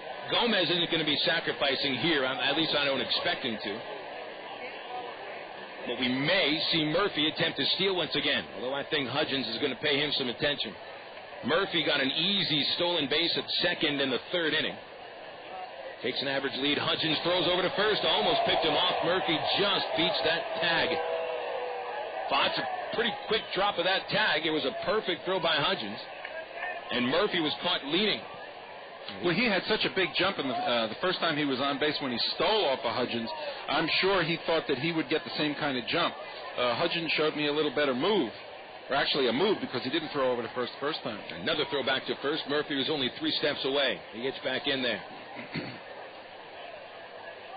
So Rudy Gomez has been on base a couple of times with a single in the 1st inning and a 3rd inning walk. Back into form after not reaching base in either game yesterday. Gomez, a check swing foul ball. Hit it well, didn't finish the swing. He fouled it towards the first base dugout. Derek Gibson, his teammate, was sitting on the top step of the dugout as far as it goes down the right field line and almost was hit by that ball. And now he hides behind the fence a little bit more. Gomez falls behind 0-1. Murphy not taking much of a lead. Only about 4 steps off. Hudgens throws over anyway. Hudgens was beat so badly by Murphy on the steal 2 innings ago that I think he's just going to throw over there no matter what. He doesn't get a look at Murphy as he takes his lead. Trying to peer over his shoulder if he can. To the stretch. Now Hudgens delivers the 0-1. And it hits the dirt dug out by the catcher, Esposito. 1-1 to Gomez. Rudy had reached base in 12 consecutive games before the doubleheader yesterday. Really enjoys the role as the leadoff batter. And I think he's been the most effective leadoff man the Travs had this year. And I think he's also taken that approach into his other at-bats. Because let's face it, the leadoff batter doesn't always lead off, except to start the game. But Gomez has been taking more pitches. He's been very patient at the plate. And that transformed into getting on base more often. 1-1 pitch to Gomez. Fastball hit down the line at third base, a fair ball. It rolls into the corner. Gomez around first. He digs for second. Here's Murphy coming around third. The ball got away from the left fielder Eldridge. Murphy scores easily. Gomez tries for 3, and he'll get thrown out. Well, Gomez tried to stretch it from 2 to 3, but he has knocked in Tommy Murphy, and the Travs lead 3-0. Well, the ball was hit into the corner, Phil, and got past Rashad Eldridge, allowing Tommy Murphy to score. Rudy Gomez, I think, did that on his own because the play was right in front of him, and it actually took two perfect throws to get him out at third. I'm not quite sure what they're going to credit Gomez with. That I'm imagining they're going to call it a double, not a single and an error. Yeah. Credit Gomez with his second base hit. Callaspo at the plate. The base is empty. Big swing and a miss by Alberto. So Gomez with a single, an RBI double. And Murphy would have scored even if Eldridge got to the ball and it didn't roll away from him. Murphy certainly runs well enough. The 0-1 to Callaspo. Takes a strike 0-2. Gomez with his 24th run batted in. Murphy has scored twice. Travs 3, Frisco nothing. And some opportune hitting for the Travs today. Over by Mathis. Able to use a sac bunt in the third and knock a run home. And a clutch hit by Gomez. 0-2 to Callaspo, down and in. 1-2. Callaspo helped the Travs score in the third inning with a sacrifice bunt. In the first, he grounded out.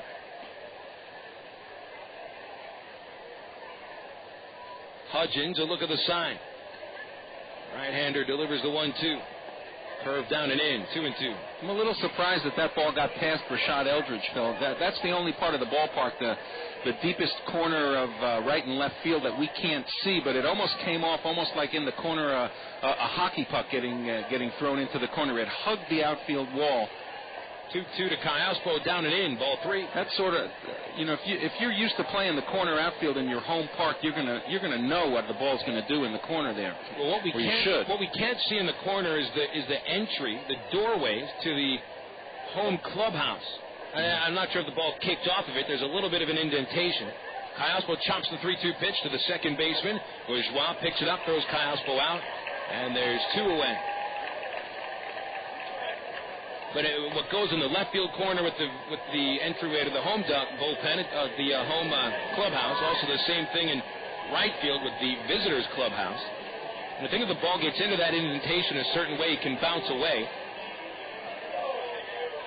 Other than that, there's no hard angles in the left field corner. A little bit of a weird angle in the right field corner. Nick Gorneault takes a breaking pitch on the outside edge, strike 1 called. Still, Eldridge deserves credit for a good throw in the cutoff man. Absolutely, made a nice strong throw, and the cutoff man threw a strike to third base. In fact, the third baseman didn't have to move the glove. Gorneault takes outside 1-1. Rudy Gomez slid into the tag. Gorneault hitless today with a strikeout and a groundout, but he did knock a run in, bringing home Murphy from third base with a groundout in the third inning. 1-1 the count, 2 outs, nobody on base. Hudgens deals. Gorneault takes inside. I think I have to stop saying absolutely. I was watching. You ever see this show Blind Date? This syndicated show Blind Date, where of course they put a girl and a guy together and they filmed the first date and then they make fun of them for a half hour. Well, they were counting the number of times this girl was saying absolutely. The 2-1. Gorneault fouls it back. What was she to? Oh, she was to about 14 absolutelys. You know, I mean, she was agreeing with everything that her blind date was saying, and I think it became contagious. Can't get it out of your head. Absolutely. It's watching that trash TV. That's what it is. Absolutely. You got to watch more C-SPAN, PBS. The 2-2. Gorneault pops it up towards the first base fence, getting into the seats, a few rows deep. Still 2-2. Well, I don't watch much television, but when I'm on the road or we're visiting you, I get my news on Jerry Springer. And I guess that means later tonight you'll be watching Street Smarts, The Fifth Wheel, Eliminate. Trust me, anybody involved in the game of baseball has watched these TV shows at 2, 3 in the morning. Not much else on. We know Ron Popeil by first name. 2-2 pitch. Gorneault pops it up again. This time out of play, behind the plate. I really don't watch that much, especially at home. Did you know that Johnny Carson's not doing the Tonight Show anymore? The what show? The Tonight Show. Oh, the Tonight Show. That's right. You just watched it for the first time a couple of days ago. You're not used to being up this late. I'm not. You actually work for a living. And I'm getting old. The 2-2. Gorneault hits it on the ground up the middle. Bourgeois, the second baseman, got to it, but it's underneath his glove. And Gorneault will be credited with a 2-out single. Base hit number 5 for the Travs, first for Gorneault. We did have an interesting day today here in Dallas, though. My generation especially.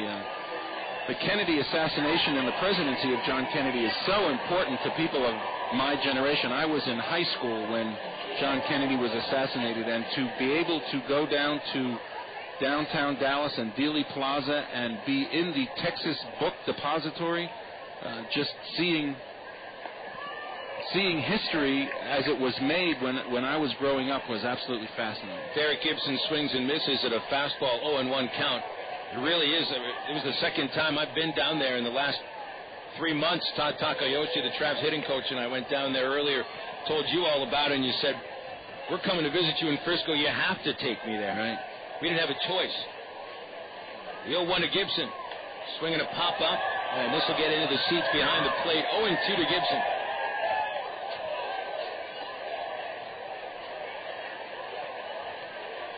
And I would hope, I know on the internet a lot of the parents of the ball players are watching, and they're going to be about the same age, same generation that I am. And if they ever get a chance to visit their kids playing ball here in Dallas, that's a trip that they just need to take. It's just absolutely fascinating to be able to see it up close and in person. Here's the 0-2 to Gibson. Swinging a pop again, out of play. And it almost came to the press box. The thing that impressed me the most was how close everything was. You never got that sense watching on TV or reading the books that I read about the assassination. That was a shot that absolutely could have been made. It's the first thing you notice when you go there. Yeah. Wow, that is pretty darn close. A couple of pitchers warming up in the Frisco bullpen. Both right-handers. Hudgens, an 0-2 count on Derek Gibson. 3-0 Arkansas. Top of the fifth. A throw to first. Gorneault beats the throw, diving in head first. Stephen Rowe warming up along with Luis Marcano for Frisco. Derek Gibson also stands very close to the plate and has a pretty quick back, but he has been gotten out on inside pitches. I'd like to see him rip one. He'll set up outside. Throw to first. Gorneault is safe again. Gibson hitless in his last 9 at-bats, 4 on strikeouts.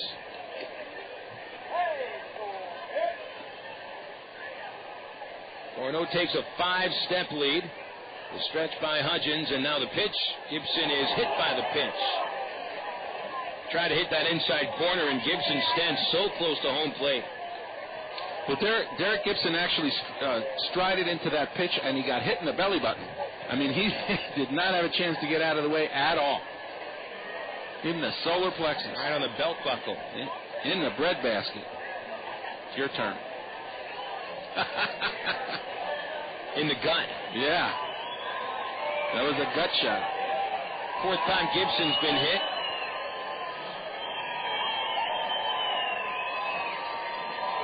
And you just can see Hudgens continues when he's trying to come inside. He's really trying to make sure he doesn't come down the middle.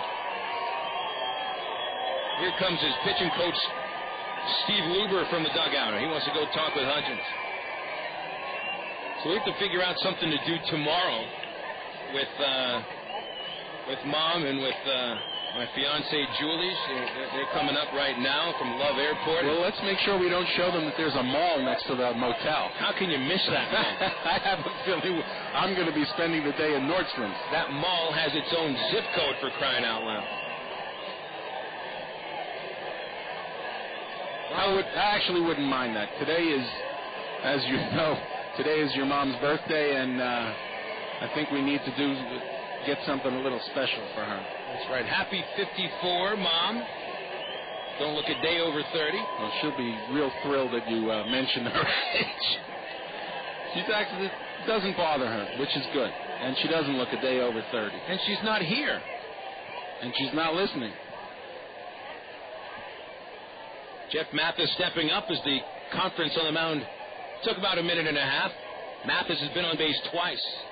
Then at first and second, and he hits a ground ball base hit to left field on the first pitch. Gorneault around third base. Left fielder Eldridge held onto the ball. Gorneault scores. Gibson will get tagged out at third, and that'll end the fifth inning. Jeff Mathis. Still a perfect game for him. 2 for 2 with 2 RBIs. His RBI single caps this fifth inning. Had 2 runs on 3 base hits and 2 trap base runners thrown out at third base. If not for that, this rally would be continuing. 5-0, the Travs, 4-0, the Travs in front would go to the bottom of the fifth inning on the ticket. Total Sports 1380.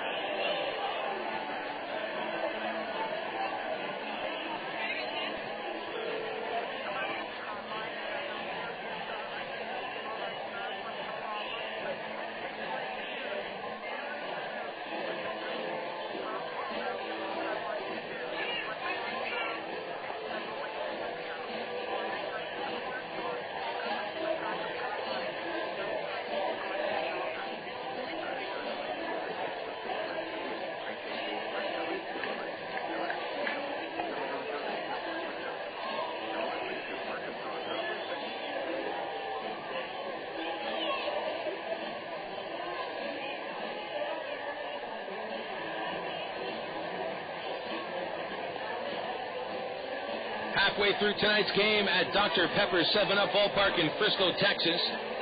Travs up on Frisco 4-0. 6 hits for the Travs, only 3 allowed by Travs starting pitcher Joe Saunders. In 4 innings, couple of walks, the 3 base hits, all of them singles. Only 1 strikeout for Saunders, but he has pitched very well ahead of the count. He's been getting outs early in the count over the past couple of innings. Threw a lot of pitches to the first 2 batters and has been conservative with his pitches ever since. Jason Bourgeois starts the 5th inning, the number 7 batter. Flied out in the 2nd, and he'll take a pitch for a strike on the outside corner. That 2nd inning at bat for Bourgeois might be where Frisco had their best chance to score. He came to the plate with runners at first and second and nobody out, and instead of sacrificing, he flied out to right field and nobody advanced. Swing and a miss on a breaking pitch, and it's 0-2 to Bourgeois. Saunders then got Asadorian to hit a line out to center field, and Tommy Murphy threw Julio Mosquera out as he tried to advance to third base. And Frisco has had only 2 base runners since. Neither have made it into second. Saunders kicks on the 0-2, a check swing, looper over first, excuse me, base hit to right field.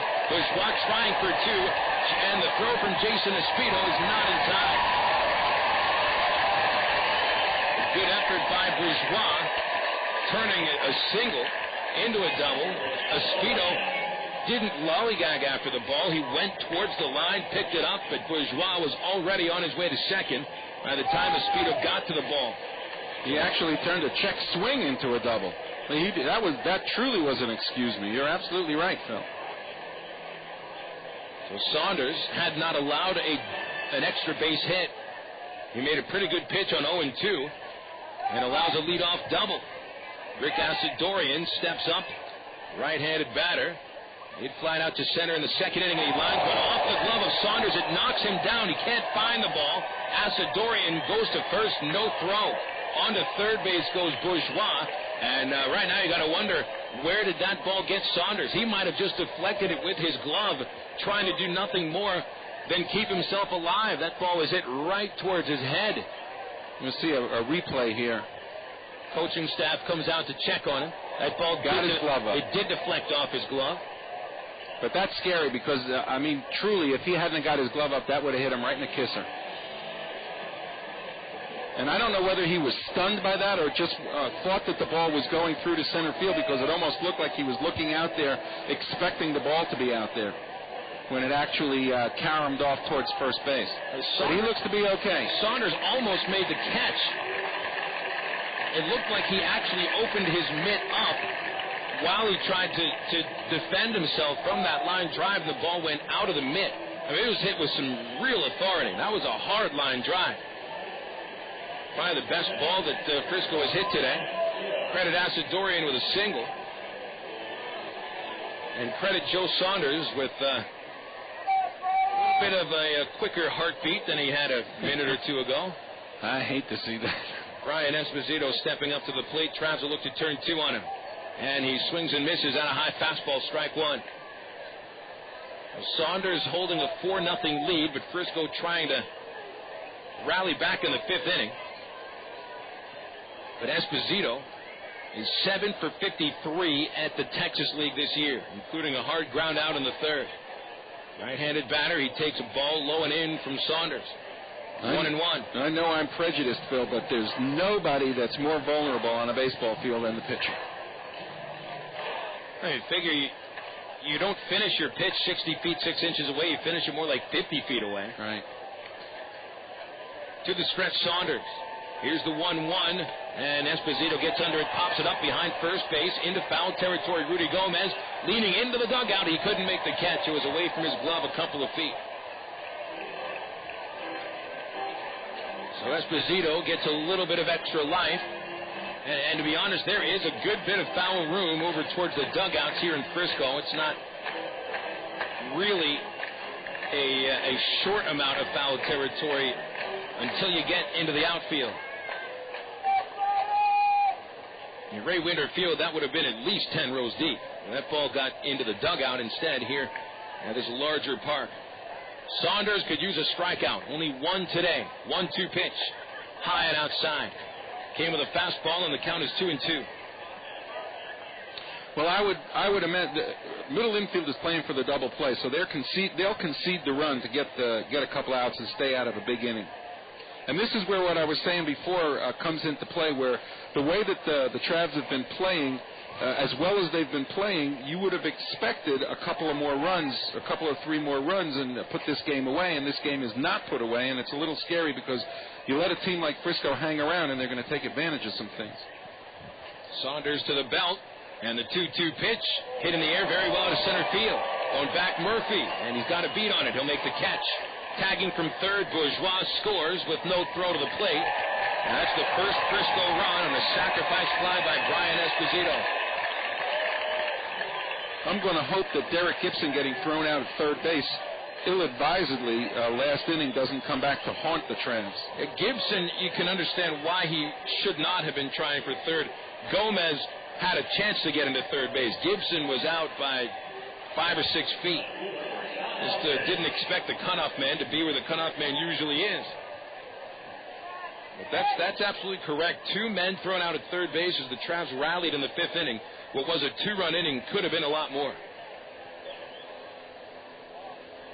Only a runner at first now as we get to the top of the Frisco order. Rashad Eldridge, who was walked and grounded out today, swings and tips a pitch off the catcher's mitt. Strike 1. So the Travs lead is down to 3 runs, 4-1. Esposito knocks in his 6th run since joining Frisco. Remember, he's hitting under 100. 3 of those RBIs have come against the Travs. Saunders, a throw to first base to check on Asadorian. Asadorian 6 steals without being caught.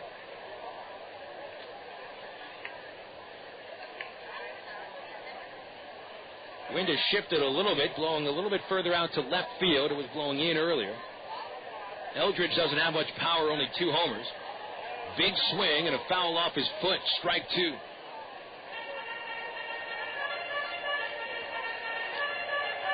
Saunders has done a good job at keeping Frisco from being able to string together a lot of base hits or back-to-back men reaching base. He's allowed his share of base runners, 5 hits, 2 walks, and over 4 1/3 innings. That's 7 base runners in under 5 innings pitched, and only 1 has scored. A curve to Eldridge, and it hits the batter. It skipped in front of the plate, bounced to the left side. Eldridge tried to jump away, but that hit him with no problem. And so Saunders having a little trouble in the 5th inning. It all started on an check swing, bloop double by Jason Bourgeois.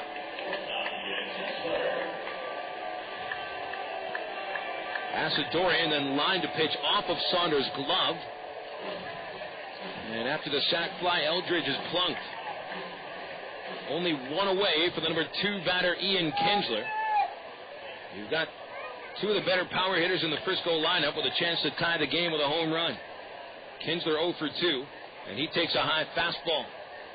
Kinsler with 9 home runs at Double-A. He hit 13 home runs at low Single-A before getting the jump. Saunders to the belt, and the 1-0 pitch to Kinsler is hit in the outer left field. That's a shallow fly ball over to the line, and it's Callaspo from shortstop making the catch in foul territory.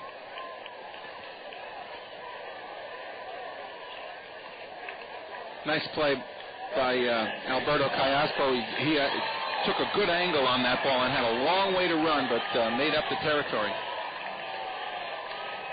So Saunders gets out number 2. Kinsler hitless 3 trips to the plate. Gets a little tougher now against Jason Botts. Mathis will head to the mound. He's going to talk about this with Saunders. 1 run in the inning for Frisco. That's all right. If you're looking at the game from Saunders' viewpoint, 1 run will be just fine. That means the Travs have outscored Frisco 2-1 in this inning. If you allow a second run, and the RoughRiders might start to get a little more comfortable. Phil, you know what Botts' breakdown lefty-righty is as far as power numbers are concerned? First pitch to Botts, he'll take outside for a ball.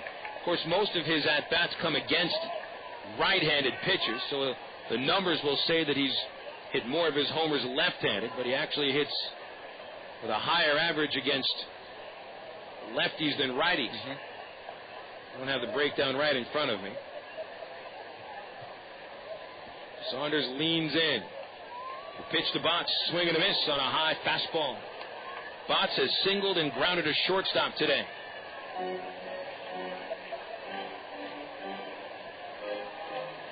Four hits in the series, including a homer last night. Travs 4, Riders 1.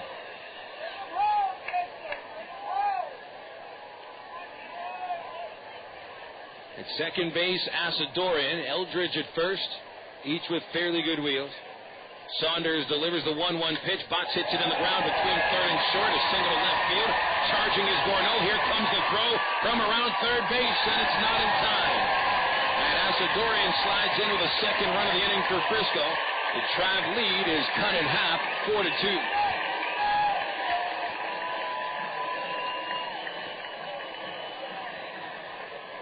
So Botts collects his second base hit of the game. Drives in the second run of the inning. Out to the mound goes the pitching coach, Kernan Ronan. As Saunders has given up 3 hits, or 2 runs, and a hit batsman in the 5th inning.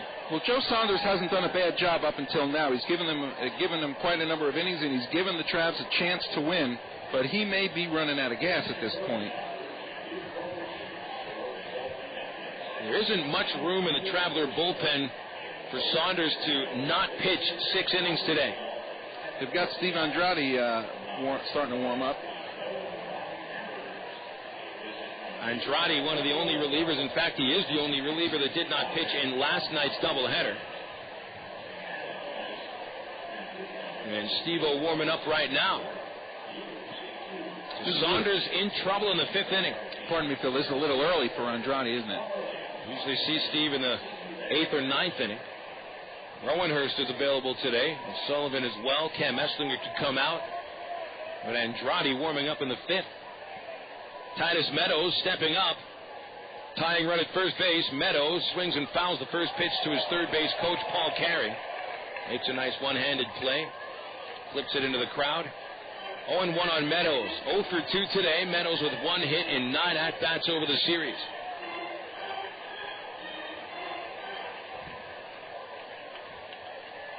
Eldridge at second, Botts at first, infield back. Outfield gives room to left. And the outside pitch from Saunders runs the count to 1-1.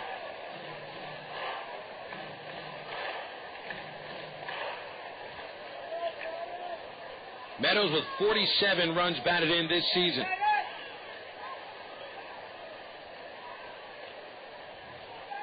Next pitch, high fastball, 2-1. 8 of those RBIs for Meadows coming against the Travs. 3 homers, 5 doubles. But hitting under 250 against the team. Pretty much all or nothing with Meadows against the Travs. Saunders with a 2-1 pitch. Meadows crushes it deep to left field. And Frisco takes the lead on his 3-run homer.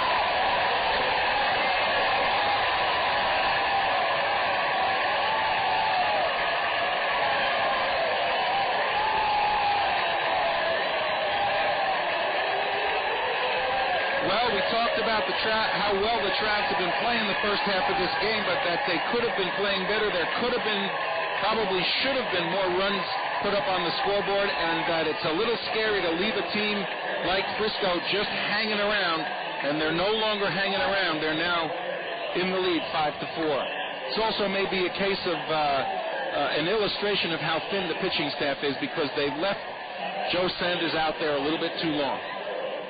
And they have to keep him in to finish this 5th inning.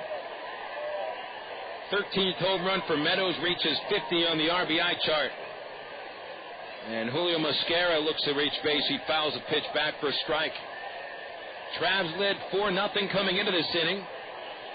Actually, were leading 2-0 before tacking on 2 runs in the top of the 5th. With 5 runs across the plate, Saunders still not out of the inning. Mosquera, a little looper over first. And it's going to get down for a base hit. Almost exactly the same style base hit that Jason Bourgeois started this inning with. An excuse-me base hit to right field. 5th hit of the inning. If this were a normal pitching staff with normal numbers, Joe Saunders would have been out of this inning with the lead. This is just an indication of how thin the Travs pitching staff is at this point, that he is, barring this getting really ugly, this is his inning to finish. Santiago Perez takes a pitch low for a ball. He's the 9th batter of the inning. There's no doubt, if there were enough pitchers on this staff, Saunders would be gone by now. You'd manage the game differently. He might have been out after the single to Botts.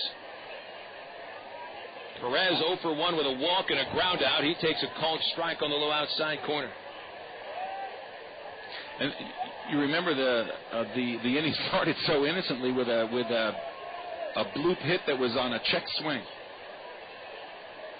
10 minutes later, 5 runs later. Joe's 1-1 hit deep to left field by Perez. Back and gone. Another home run.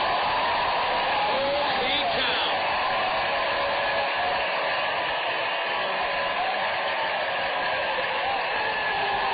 A 7th spot by Frisco in the 5th inning. Well, I'd be awful surprised if Ty left him out there anymore to take any more punishment. Here comes Boykin out of the dugout. And after 2 home runs in the 5th inning, he has no other choice but to remove Saunders from the game. This game was looking so good for the Travs. They had played 4 outstanding innings. And now in the 5th, Saunders did not have enough gas, and he cannot make it out of the inning. So Boykin has to go to the bullpen a little earlier than he had hoped for. And we send it to a commercial break, 60 seconds, brought to you by Fox Sports Southwest. For the best in Major League Baseball action, tune in tonight at 10 o'clock on the Southwest Regional Sports Report. Every night at 10 o'clock on Fox Sports Net. You'll get all the highlights and home team coverage on the Southwest Regional Sports Report. Check your local listings on Fox Sports Net. New pitcher Steve Andrade comes out of the bullpen. Hopefully he can stop this rally for Frisco with 7 runs. Back after this on the ticket, Total Sports 1380.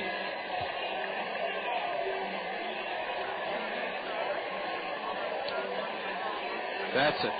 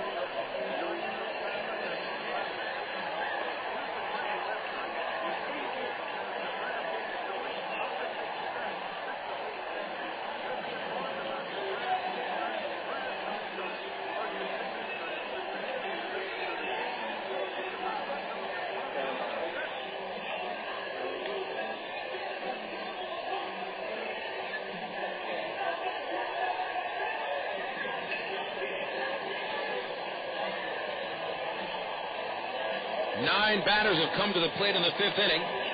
Frisco scoring 7 runs. 5 base hits, a couple of home runs, a 3-run shot by Titus Meadows, 2-run homer by Santiago Perez. His 4th home run with Frisco, all coming against the Travs. And the 10th batter of the inning, Jason Bourgeois, steps up against Steve Andrade.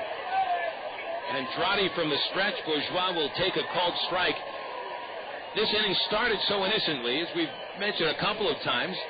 Joe Saunders gone ahead of Bourgeois with 2 strikes and threw a good pitch on 0-2. Bourgeois on a high fastball checked his swing and blooped a base hit over first and hustled into second with a double.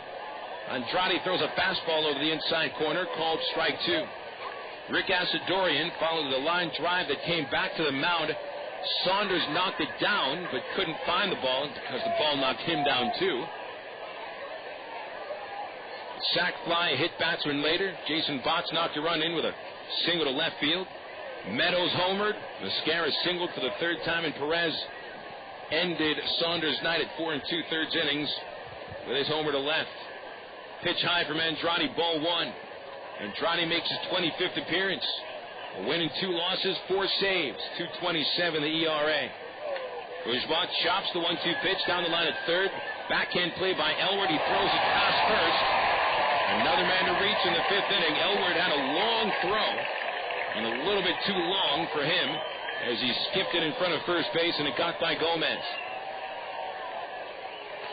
In the days when there were a lot of artificial turf fields, that would have been the normal play to make, to bounce it to the first baseman. But not that one. It was more of a short hop throw to Gomez than an in-between hop. Yeah. Looked like he set himself and took enough time, but the ball was not only in the dirt, but way wide. Number 8 batter Rick Asadorian steps up. Had a single this inning, scored a run on the single by Botts.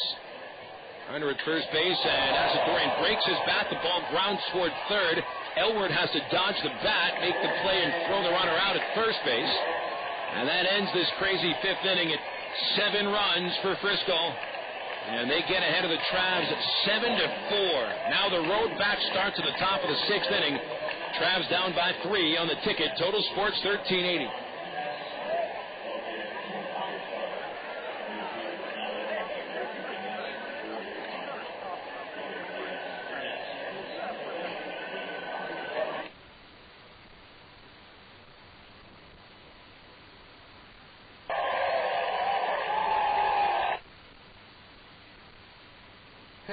All or nothing. Pretty much all or nothing. With Meadows against the coming against 3 homers, 5 doubles. And hitting under 250 against the team.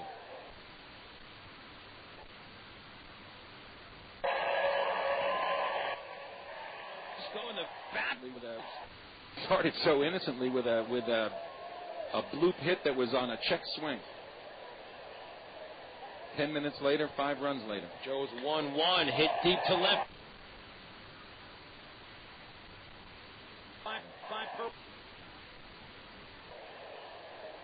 10 minutes later, 5 runs later. Joe's 1-1, hit deep.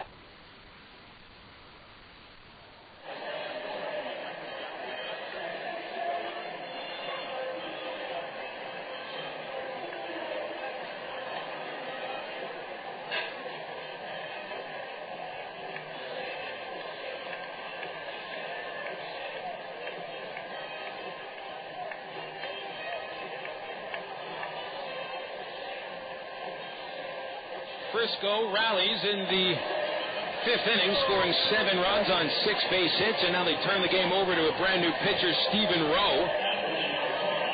As John Hudgens would have been on the hook for the loss if Frisco hadn't have rallied in the bottom of the 5th inning, but after 7 runs, they figure, well, it's time for the bullpen, and Rowe replaces him in the 6th. Hudgens gave up 6 hits and 4 runs, all earned in 5 innings of work. Struck out a couple of batters, walked 3, and hit another. But he actually is in line for the win if Rowe can pitch well. And the first pitch he throws, a called strike to Mike Elward.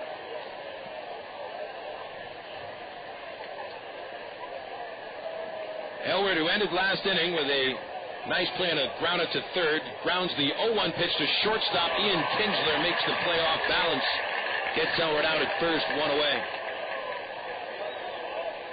Rowe, a 6'3" right-hander out of Lubbock, enters his 41st game. It's been a very good season for Rowe at 6 wins with 1 loss and 2 saves, and a .354 earned run average. His only loss came to the Travs on July 27th. Gave up the walk-off homer to Jeff Mathis a couple of Tuesdays ago at Ray Winder. Jason Esposito takes a pitch low for a ball. Rowe allows only a .213 batting average. 54 hits, 25 walks over 69 innings. Esposito swings and fouls the 1-0 pitch off. Strike 1. It's actually almost an illustration of what a great game this is, even though it's gone poorly for the Travs in the last inning or so. But it's just stunning how the Travs can play so well in the first 4 innings and then just give it all back. I'm not even sure if it was a case of not playing well last inning. Esposito takes the 1-1, a high strike called, 1-2. It was not, but giving Joe Saunders all due respect, he never really settled into a situation where he was in total control of what was going on. After all, he had he picked a guy off. He had a guy thrown out at third. It wasn't just all him. He wasn't speeding through everybody. Esposito fouls the 1-2 pitch off his left ankle and hobbles away. He stays up. So Frisco 7, Arkansas 4.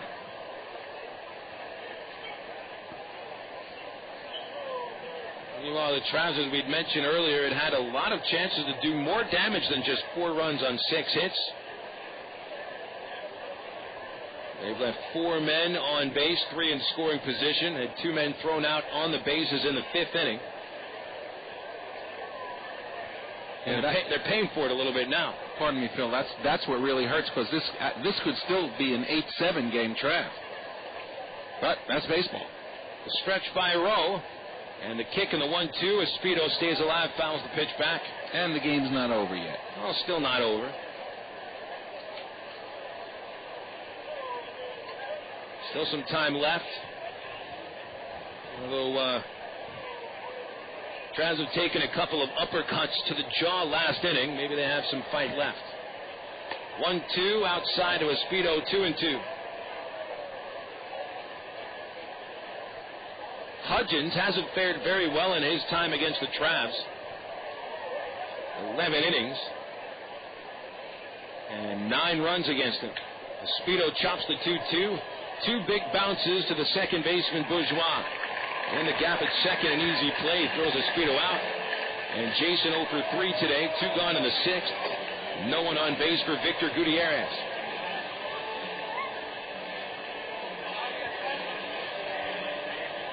Gutierrez is 0 for 2. None of the 6, 7, or 8 batters have reached base for the Travs. The only batters in the order not to reach base. Elwood and Esposito 0 for 6. Gutierrez 0 for 2. Rowe delivers a first pitch, and it's swung on and grounded up the middle for a base hit. So Gutierrez reaches a hitting streak to 4 games with a 2-out single in the 6th inning. Let's see if Tommy Murphy can help that turn into a run or 2.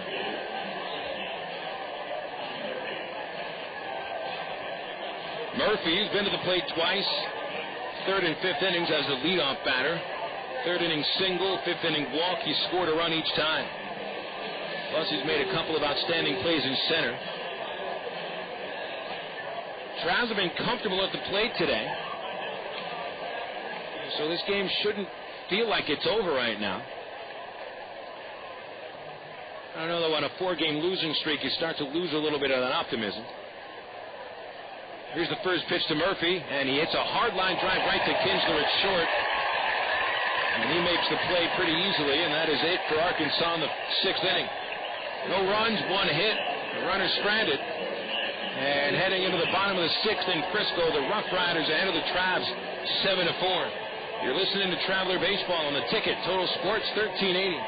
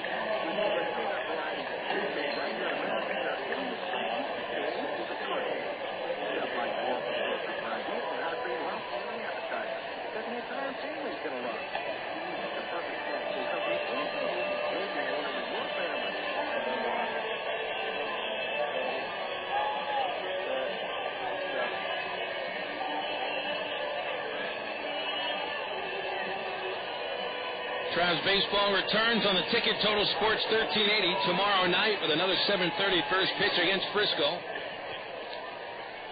7:10 ITT Technical Institute pregame show.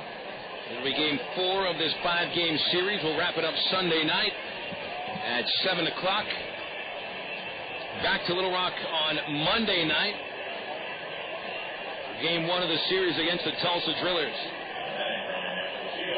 Frisco 7, Arkansas 4.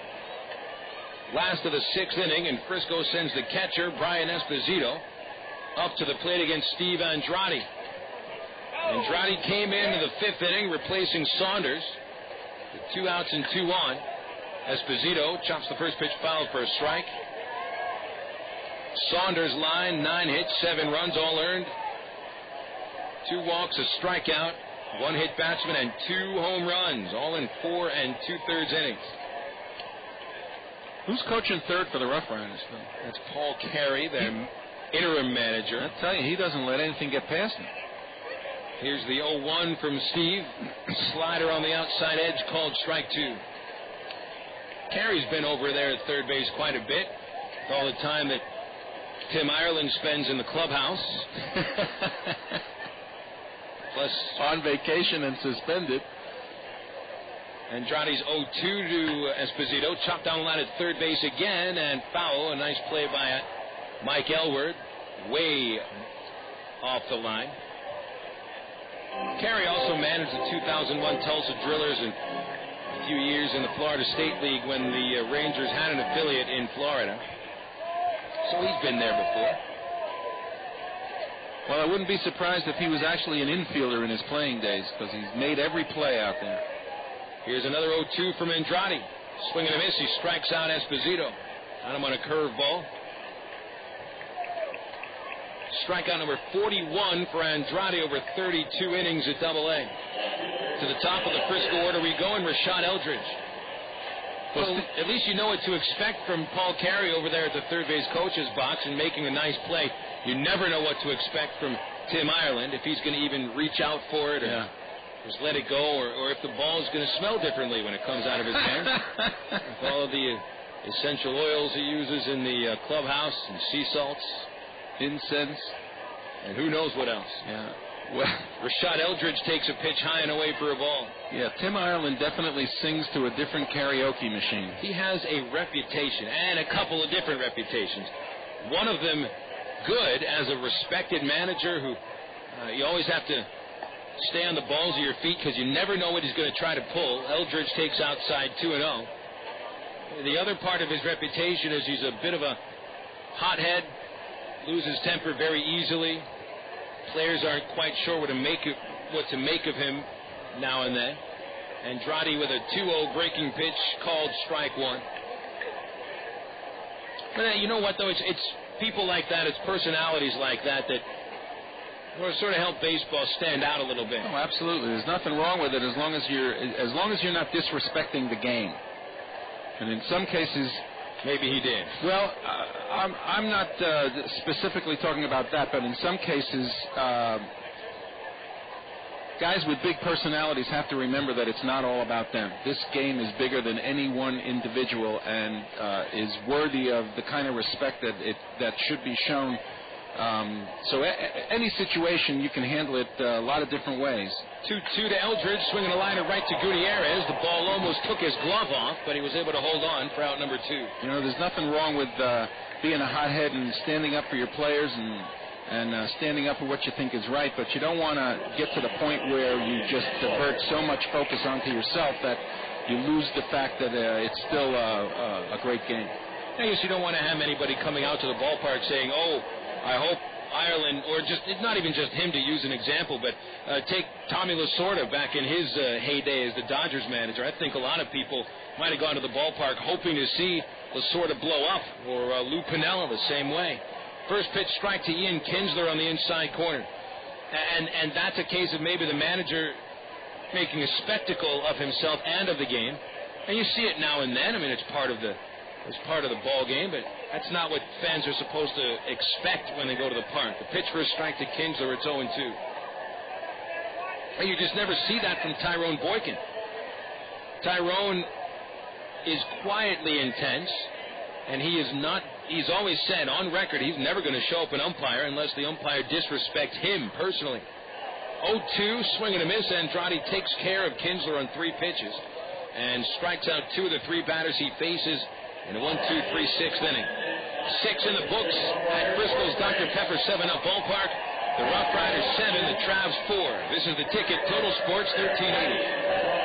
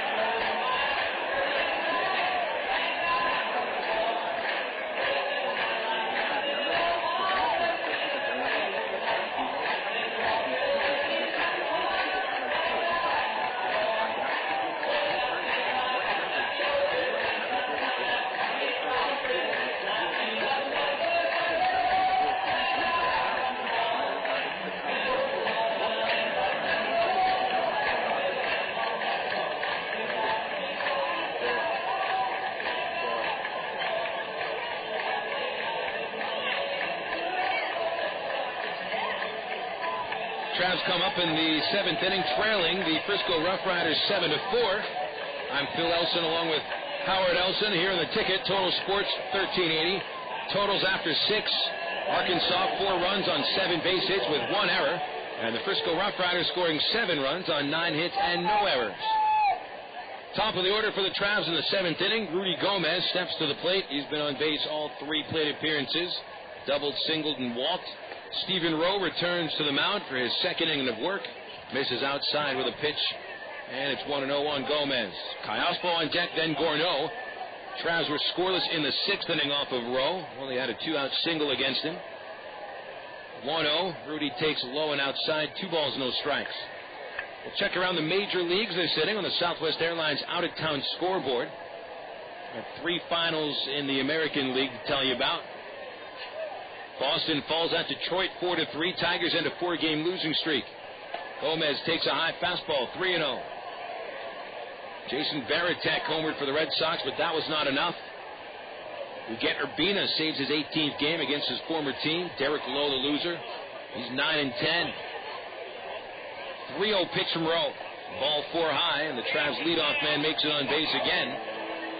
6th time in 7 innings that leadoff man's been on, and the 4th time Gomez has been on base himself. Brings up the number 2 batter, Callaspo. Alberto was grounded out twice and used a sac bunt. 2 homers by Hideki Matsui helped the Yankees beat Toronto 11-4. Javier Vasquez win number 13 on the year. Ryan Douglas, a former pitcher for Wichita, falls 0-2. Matsui now with 22 homers on the year. Callaspo swings, and it's a drive to right center field. Going towards the gap, Titus Meadows makes the catch. Nice catch. And there's one away. Back to first goes Gomez. Ball hung up there, the wind blowing in, and it sort of killed that pretty well-hit drive by Callaspo. And Meadows, who's a fair outfielder at best, made that one look pretty easy. 1 out, brings up Gorneault. I think the telling statistic in this game so far, Phil, is the fact that the Travs have gotten their leadoff hitter on base 6 out of the 7 innings and yet only have 4 runs to show for it. And we've talked about this throughout the game. I think that's the theme of the game, is that as well as the Travs played, especially the first half of the game, it wasn't as good as they could have and should have been playing. Should have been more runs on the board. Gorneault swings and misses at a first pitch fastball, strike 1. And even a team like the Travs that don't necessarily have a whole lot of power, they've got to be playing for 1 and 2 runs at a time. It almost reminds me of the movie where Raiders of the Lost Ark, where Harrison Ford is facing some assassin who's swinging his sword around, and Harrison Ford just takes the gun and shoots him. Gorneault chops to shortstop. In Kinsler coming in to make that play, get the force out at second. 6-4. Gorneault reaches on the fielder's choice. Yeah, you don't bring a knife or a sword to a gunfight. That's Maybe right. the Travs brought a. Well, here the Travs are scuffling and working hard for their 1 run an inning and 2 runs an inning, and then Frisco lays a 7 spot on them. Derek Gibson steps up. Gibson 0 for 2, hit by a pitch in the 5th inning. Also was thrown out trying to go to third base on the RBI single by Mathis, which plated the Travs' last run. One of 2 men to get thrown out in the 5th inning. Ever since then, it's been all Frisco. Now, Stepping off the rubber, Rowe looks the runner back to Pardon me, Phil. Derek Gibson is the designated hitter, the number 4 hitter, the power hitter in the lineup. Bears a lot of responsibility for there not being as many runs on the board as there probably should be. Not only is a mistake on the base paths, but he just hasn't held up his number 4 spot in the order. Well, not today and not yesterday. Rowe with a pitch at the knees for a strike. Esposito tries to pick Gorneault off at first, and he got back in. Gibson has left 2 men in scoring position. His first inning at-bat hit a hard line drive to the third baseman. And his third inning at-bat, he left Gomez at second by striking out. Rowe sets, kicks, and deals. Gibson out in front of a curve, a foul ball, strike 2. Let's give you the last final score coming out of the American League. Tampa Bay scores a run to the bottom of the 10th, and they defeat the Mariners 2-1. Clint Najat, all-star pitcher for San Antonio last year, falls to 1-6. Angels lead Kansas City 3-0. Rob Quinlan with a 2-run homer, his 4th of the year. Rest of the scores coming up next inning. Gibson swings and misses at a slow curveball. And Rowe strikes him out to end the 7th inning. 2 scoreless innings for Rowe, and it's time for the 7th inning stretch in Frisco. The RoughRiders lead the Travs 7-4. And it's been all Frisco since a 7-run rally in the 5th. Bottom 7 coming up on the ticket. Total Sports 1380.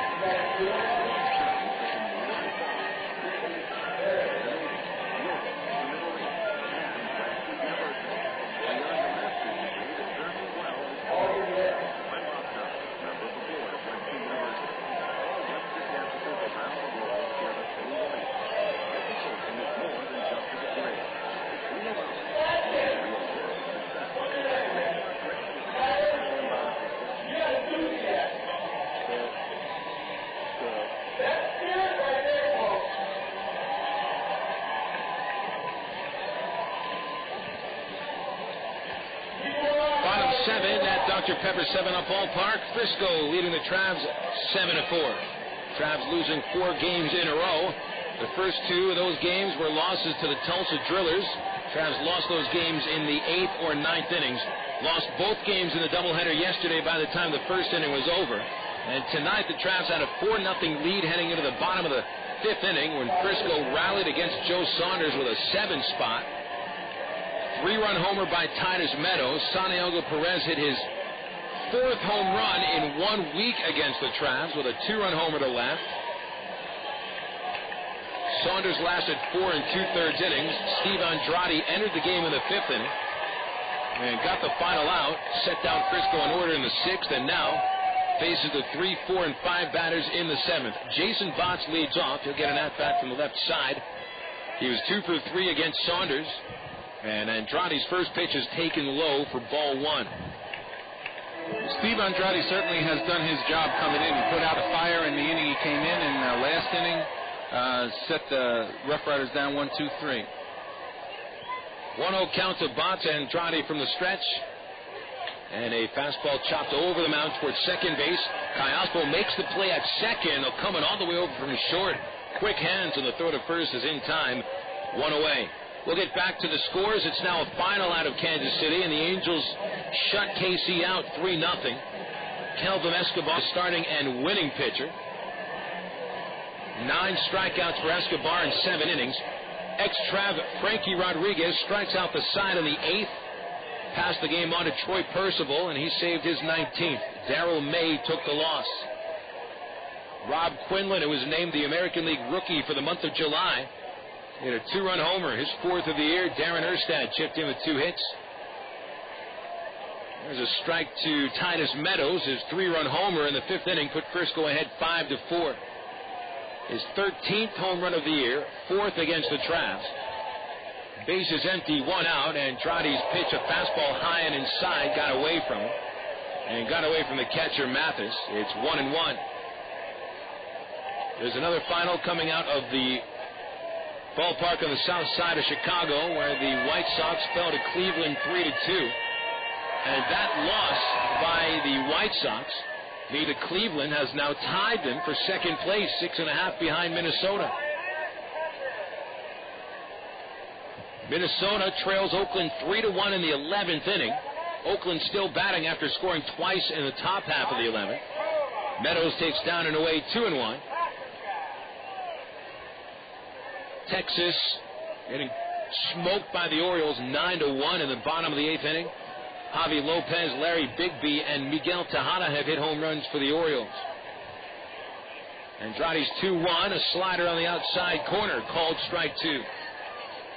In the National League, there's 2 finals. Houston continues to play well with a 4-0 shutout of Montreal. Astros 2 games over 500 now. They've been as many as 4 games under. 2-2 to Meadows. He'll swing and foul it high out of play right side. Roy Oswalt, the winner, moves to 12-8. Jeff Bagwell hit his 17th home run. And the Marlins came from behind in the 9th inning to defeat Milwaukee 7-6. Billy Koch the win in relief. Danny Cole blew the save and falls to 0-2. Andrade kicks with a 2-2. Meadows takes low and outside. Full count. Top of the 9th inning at Busch, and the Cardinals had to come from behind. They're ahead of the Mets 6-4 in the top of the 9th inning. But the Mets have scored twice in the 9th inning with the bases empty and 1 out. 3 homers for New York: Cliff Lloyd, Mike Cameron, and Richard Hidalgo. Meadows takes a 3-2, low and outside, and draws a walk. Second base runner Andrade's allowed. He'd set down 5 in a row. Bottom 6 in Colorado, the Rockies lead Cincinnati 6-4. Willie Mopena and Adam Dunn have hit home runs. 33 homers for Adam Dunn. Todd Helton hits his 26th for the Rockies. Padres over Pittsburgh 2-0 in the 2nd inning. Mark Lorenes hit his 11th home run, and it's Atlanta 1, Arizona 0 in the 3rd. Philadelphia 5-0 at Dodger Stadium after 2. And the Cubs trail the Giants 3-0 in the 2nd. Michael Tucker with his 10th home run for the Giants. There's been a pinch runner inserted at first base for Meadows.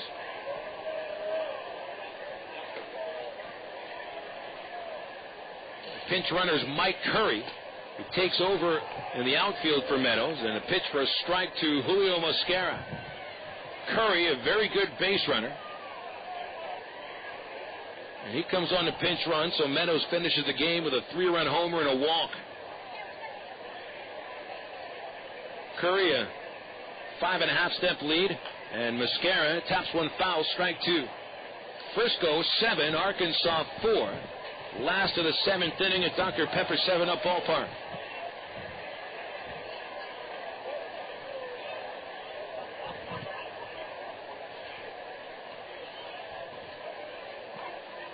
Mosquera's had 3 singles today. All of those came against the starter, Joe Saunders. Time called by Mosquera, stepping out of the box. He's choking up just a little bit, trying to put the ball in play. Andrade has struck out 2 batters so far. Next pitch, swing and a miss. Mosquera saw a pitch that was hanging. He went after it. Missed it anyway. Sometimes those work. They're called spinners. Instead of throwing a slider that actually breaks, you throw a slider that looks like it should, and you're swinging where you think it's supposed to go, and it just spins. And if it's in the right place, it'll work. That one wasn't right down the middle. It stayed high. Yeah. And now Santiago Perez steps up. 2 outs. And a runner at first for Andrade. First pitch to Perez, a called strike on the outside corner.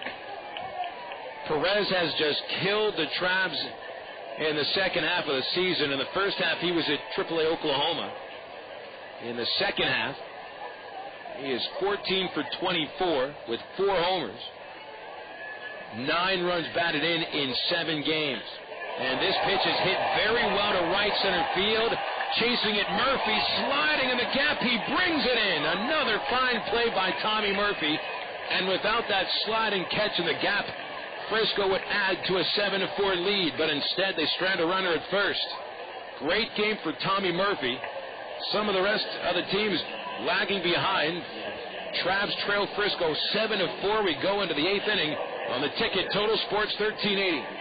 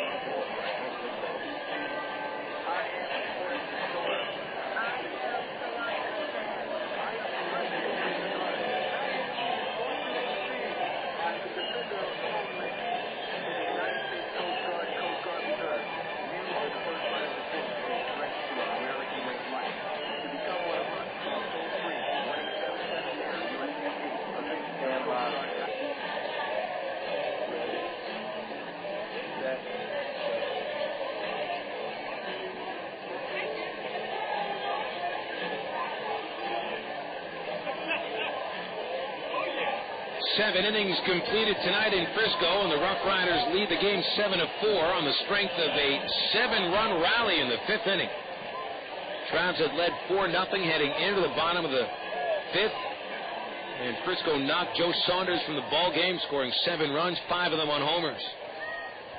A few of the Trabs have had outstanding nights, including the catcher Jeff Mathis, who leads off the 8th against Stephen Rowe. Rowe starts high with a breaking pitch. Mathis put the Trabs ahead in the 2nd with a leadoff home run, his 13th. Walked to start the 4th inning, and he knocked in the Trabs' last run with an RBI single in the 5th inning. So he's 2 for 2 with a walk and 2 RBIs, and now he's 3 for 3 with a base hit over the third base. Over towards the line, Rashawn Eldridge keeps him to a single, a wide turn by Jeff. And he'll get back to first, making it on base for the 4th time. Plus, Rudy Gomez has been on base 4 times. Tommy Murphy has scored 2 runs and played an outstanding center field. You know, at the end of last inning, I said some of the Trabs were lagging behind Murphy. You know, to be honest, really, the Trabs have played a fairly good game. It hasn't been mistake-free. There's been 1 error, but there wasn't much that anybody else could have done against Frisco's rally in the 5th inning. A couple of cheap base hits. Nobody could have done anything about that. And then Joe Saunders ran out of gas. And Saunders made a couple of mistakes, leaving pitches down the middle. Mike Elward takes a strike on the first pitch. Where the Trabs have lacked in the batting order is in the 6, 7, and 8 hole. where Elwood, Esposito, and Gutierrez have gone a combined 1 for 9. Almost everybody else has contributed except for Derek Gibson. 0-1 pitch almost hits Elwood, and he backs off the plate. It's 1-1. Around the Texas League on the Southwest Airlines out-of-town scoreboard, Midland wins the first game of 2 against El Paso with a 14-4 beating of the Diablos. Jeremy Brown and John Baker each hit home runs for Midland. Steve Smith earned the win. Elwood takes a high slider, 2-1. Esposito tries to pick off Mathis at first, not in time. Game 2 of that doubleheader has not yet begun. Either that or they haven't called the scoring. Tulsa Drillers are drilling Wichita, 8-0 in the 7th. Drillers won yesterday's game 12-1. Elwood fouls back a slider. He tried to wait on it. Still a little bit ahead. 8-0 Tulsa after 6 innings against Wichita. San Antonio and Round Rock were scoreless going into the 9th at Dell Diamond. Here in Frisco, the Travs with 4 runs on 8 hits with 1 error. The Frisco RoughRiders have scored 7 runs on 9 hits and no errors. Elwood struck out, flied out, and grounded out. Mathis at first. Travs down by 3. Got a rally here. Stephen Rowe ready. The kick and the pitch. Elwood swings and hits a drive pretty well down the left field line. Over towards that line. Eldridge giving chase. The ball lands foul.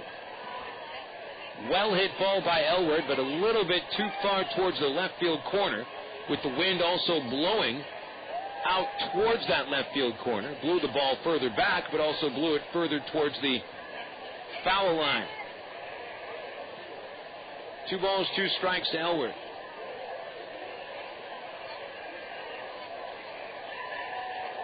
A little bit of action in the Frisco bullpen. Left-hander Ray Beasley gets loose. All right, now the Trav bullpen has 1 person working. Not quite sure who it is right now. Rowe with a 2-2 pitch. Elwood swings, grounds it between third and short for a base hit. Mathis at second. He stops there.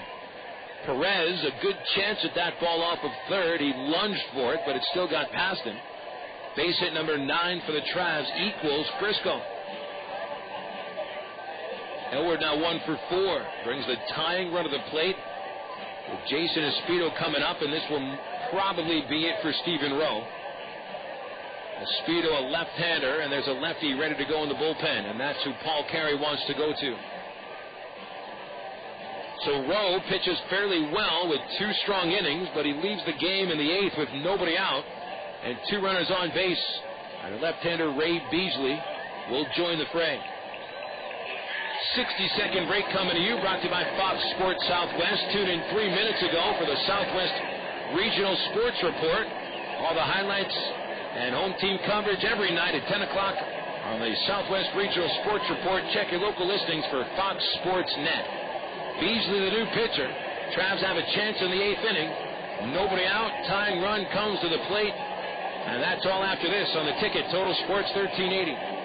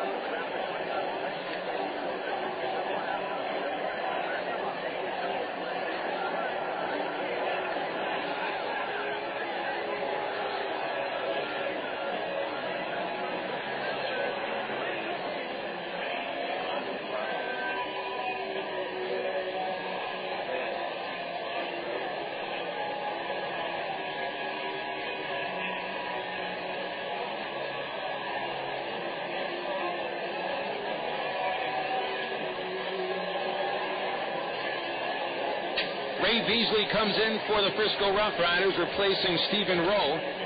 with nobody out in the Travs half of the 8th inning and 2 runners on. So he inherits Mathis at second and Elward at first. Jason Esposito, the scheduled batter. Beasley comes on because he's a left-hander and Esposito is lefty. But after that, you've got Gutierrez, Murphy, Gomez, Callaspo, Gorneault, Gibson, and Mathis, plus Elward, all right-handed. And so you bring in a lefty to face a lefty, but after that, it's all right-handers. Well, just by watching Ray Beasley in his warm-ups, he may have ammunition for the right-handers because he's a little guy. It looks to be about 5'9", 5'10", with a big windup and a big motion and a really good changeup. And that's the pitch you want if you're a lefty facing right-handed hitters. Let's see what he's going to do against a lefty.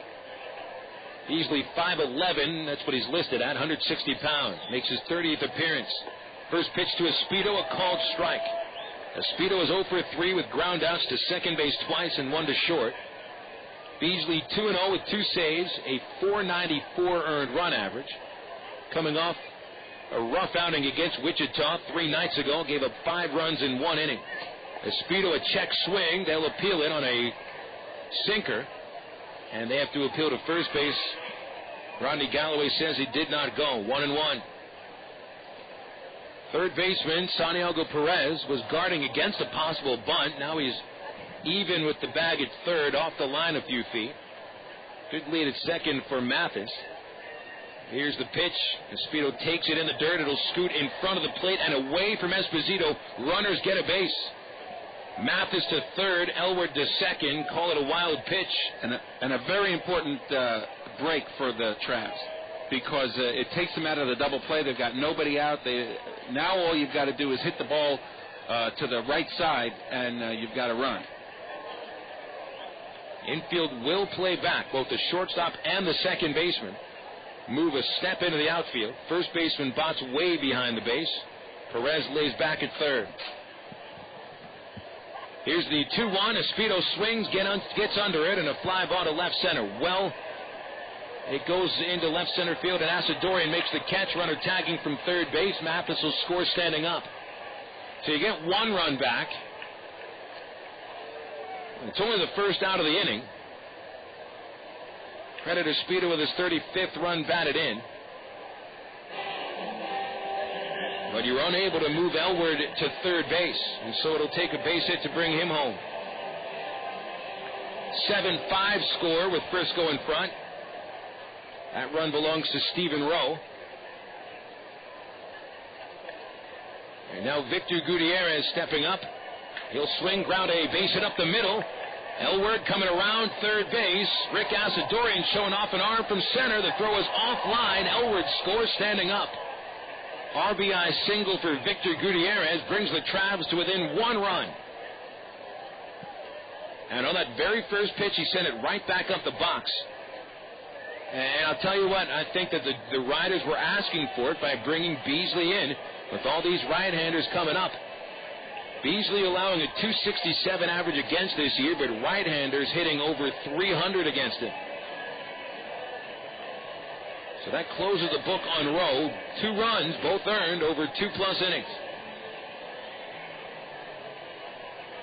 And now Gutierrez on first base, only 1 out. Tommy Murphy steps up. Frisco 7, Arkansas 6. Murphy bats right-handed and hits a double play ball to second. Bourgeois flips to Kinsler, 1 out, throw to first, ends the inning. Well, the Travs have to settle for a 2-run rally in the 8th inning. They got 3 base hits, but a double play ends it. And so, heading into the bottom of the 8th inning, Frisco leads 7-6 on the ticket. Total Sports 1380. Hey, what are you doing here? White side maybe? Right, come. You? Sorry. First one to aisle 5, like the other. Come on.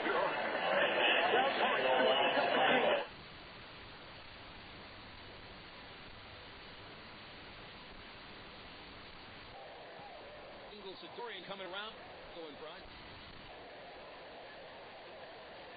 And now Victor Gutierrez stepping up. He'll swing, ground a base. The middle to steal.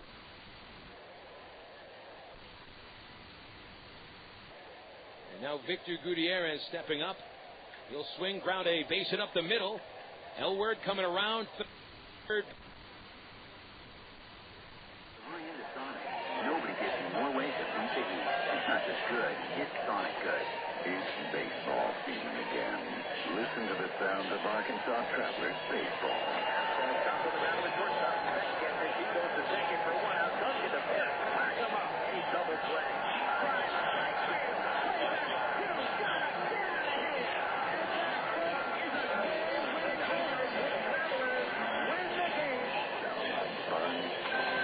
Arkansas Travelers baseball. Call 664-1555 or log on to Trav.com. You're listening to Arkansas Travelers baseball on the ticket Total Sports.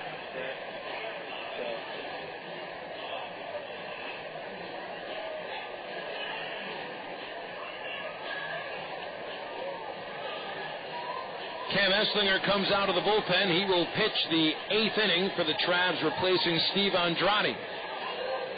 2 runs coming across for the Travs in the 8th inning. They get to within 1 run, 7-6. Frisco sends the bottom third of the order to bat against Esslinger. Jason Bourgeois, Rick Asadorian, and Brian Esposito. Saw Cam come in yesterday in game 1 and pitched an inning and a third scoreless. Allowed 1 inherited runner to score on a balk. Esslinger makes appearance number 31. First pitch of the inning to Bourgeois misses inside, ball 1. Actually, game number 34 for Esslinger. Looked at the wrong number. 4.10 ERA, 1 win, 4 losses, 5 saves. Bourgeois right-handed, strokes a fly ball to center field. Murphy towards right center, a few steps back, and he makes the catch for out number 1. Joe Saunders started the game, was knocked out in the 5th, giving up 7 runs on 9 hits, 2 homers. Steve Andrade, 2 1/3 scoreless, no hits, 1 walk, 3 strikeouts. Another man reached on an error. Now Rick Asadorian steps up. Travs will have the top of the order in the 9th inning, trailing at least by 1 run, and hopefully by no more than that. Nobody working in the Frisco bullpen as of now. Esslinger delivers. Asadorian fouls it away.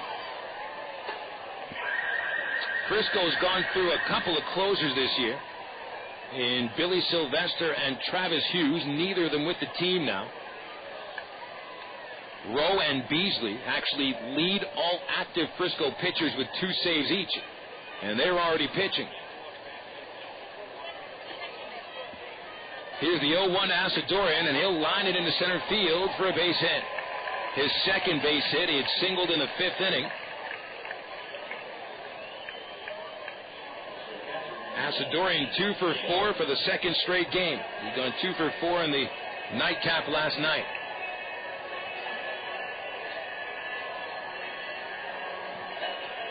Here's Brian Esposito, the catcher for Frisco. Knocked in a run in the 7th inning rally with a sac fly. Grounded out in the 3rd, struck out in the 6th. Esslinger has the sign, he sets, delivers. Esposito swings and a chopper to short. Could be 2. Callaspo shuffles to Gutierrez. 1 out, going to first, rack him up. 6-4-3, nice turn. Both Callaspo and Gutierrez didn't rush their throws. They knew that they had a catcher running. And so that ends the 8th inning. So that's it for Frisco. 7-6, RoughRiders lead. We go to the top of the 9th. Last chance for the Travs today. This is Traveler Baseball on the ticket. Total Sports 1380.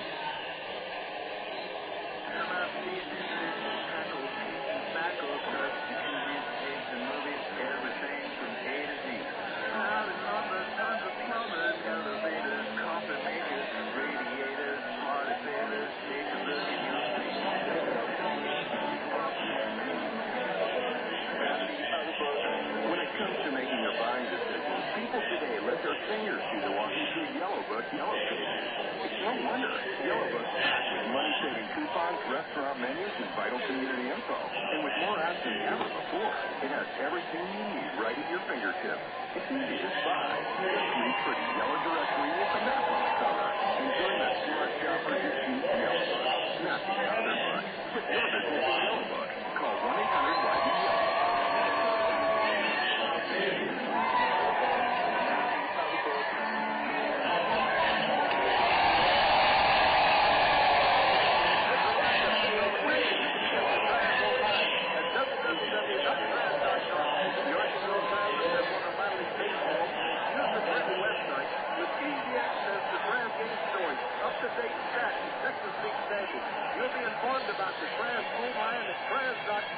purchase tickets, grab souvenirs, listen to the game. Hey, if you can buy hot dogs and popcorn on the website. Ready, set, go.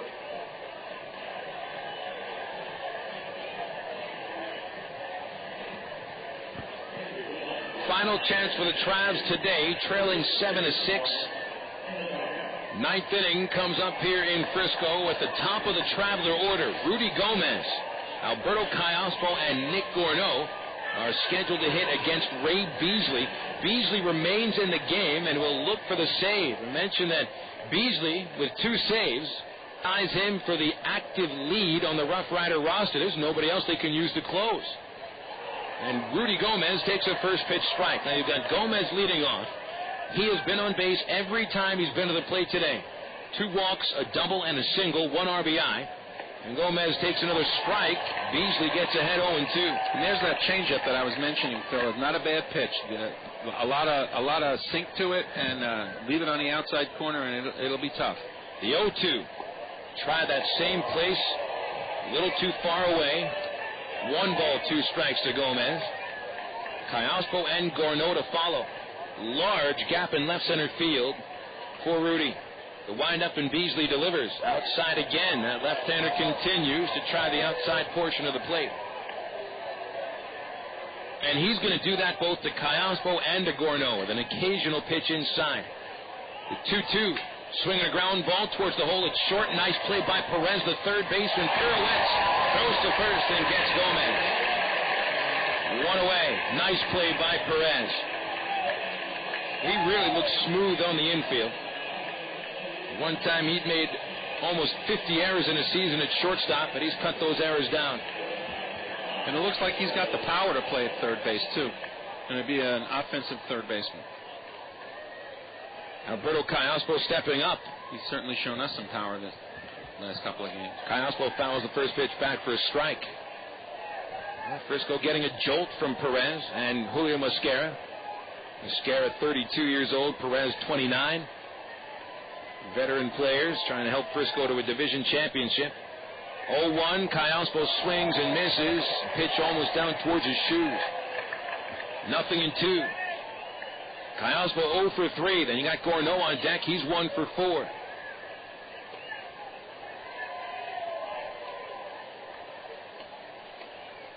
Left-hander Beasley, a long look at the sign. Here's the 0-2. Swinging a ground ball. Base hit to left field for Callaspo. Callaspo had too much of the plate. Callaspo with his first hit of the game. Tying run aboard. Go-ahead run comes up. Nick Gorneault will walk into the box. What kind of a runner is Callaspo, Phil? Not a base stealer. Average base runner. Got enough speed to score and a ball to the gaps here. The reason I ask, of course, is that on the road you want to play for the tie. Here's the first pitch. Nick, a swing and a miss. You want to put a man in scoring position. Callaspo is 11 for 22 in stolen base attempts. Forget it. Been picked off a couple of times, too.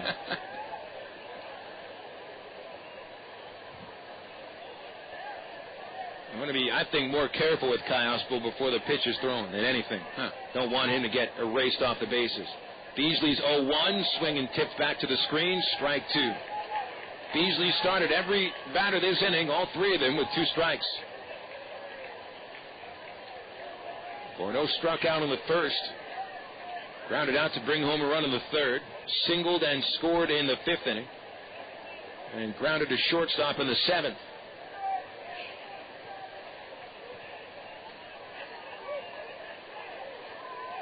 Beasley gets the sign. The stretch and the pitch way outside. Ball 1. Well, Beasley's not the kind of pitcher you'd expect to try and muscle up on a fastball because it's not going to go much faster than high 80s, and that's what he did on that pitch. He tried to muscle up a fastball, and it went all of 86 miles an hour. This is a guy who needs to get ground balls, needs to get outs by throwing slower. 1-2. Swing and a soft fly ball to left center. Base hit. Callaspo heading towards third base. He gets there with no throw. Asadorian, the center fielder, got on that ball. Threw it to second to keep Gorneault at first with a single. Travs get the tying run to third base. with one out for Derek Gibson. Well, Derek Gibson's been in this situation before the last couple of days, Phil, as you know, and has not come through, and this is a chance to redeem himself.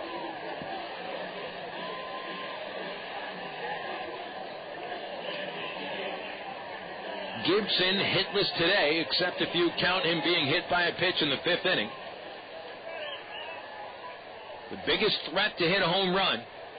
5 homers in his 31 games at AA with Arkansas. First pitch, swing and a miss, went after the changeup, and that's the pitch Beasley will get Gibson out in front on. Gibson always takes a pretty big swing. Derek is hitless in his last 10 at-bats, with 5 of those at-bats ending in a strikeout. Beasley kicks on the 0-1. Swinging a fly ball to left field. Not very well hit. Kinsler goes out from shortstop, and he will make the catch. Runners have to hold. No other choice. So Gibson unable to do anything today. 0 for 4. And had men in scoring position in all but 1 of his at-bats today. It'll take a little base hit from Jeff Mathis. Mathis has been perfect at the plate tonight, with 2 singles, a walk, and a home run.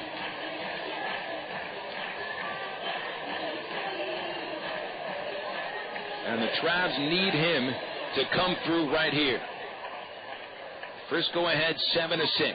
Travs down to their final out. Beasley delivers. Mathis swings and misses. Callaspo, leading down the line at third base, took not only a huge lead, but he went about a third of the way, maybe even close to a quarter of the way down the line. Of course, Beasley can't see that with his back to third base. Beasley sets. Here's the pitch. Outside to Mathis, 1-1.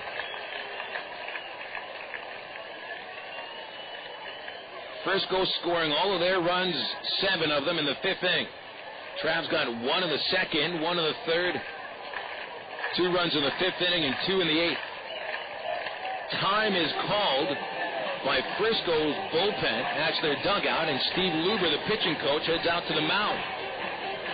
He might not have liked what he saw from Beasley working to Mathis.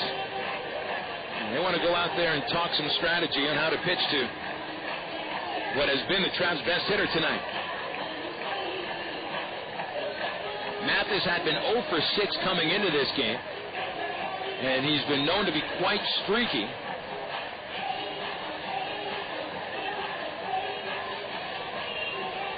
Certainly on a streak today. 3 for 3 with a walk. Home plate umpire A.J. Wendell goes out to the mound, forces the conference to get broken up. They go back to their positions. Luber heads back into the dugout. Mathis steps back to the plate.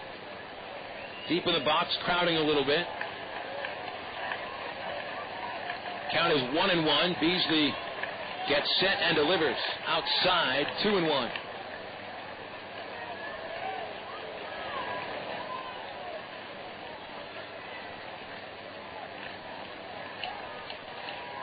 Callaspo at third, Gorneault at first.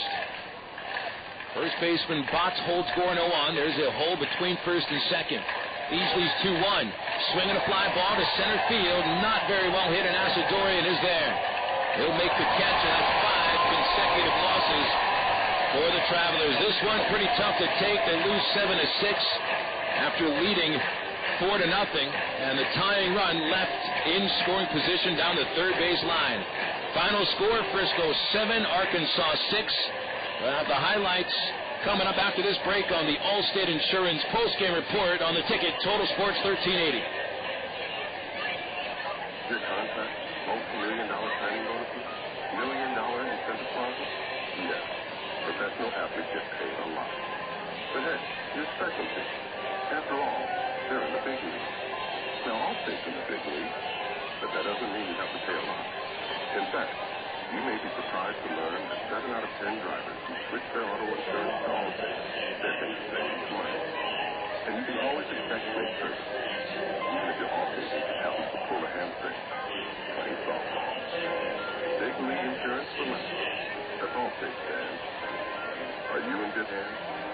For more information, visit your local Allstate agent. Call 1-800-ALLSTATE or click on Allstate.com. Allstate, proud sponsor of the 2004 U.S. Olympic team. Based on information reported by new Allstate customers, insurance subject to availability and qualifications. Allstate Insurance Company and Allstate Property Casualty Insurance Company, Westbrook, Illinois. It started just like fun, socially.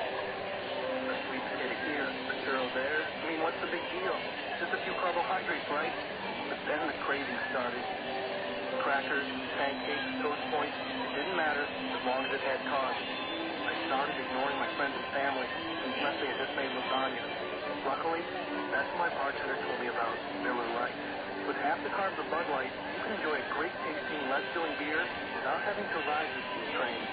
Don't let carbs ruin your life. Miller, good call. For 12 ounces, Miller Lite contains 3.2 grams carbohydrates. Bud Light contains 6.6 grams. Miller Brewing Company, Milwaukee, Wisconsin.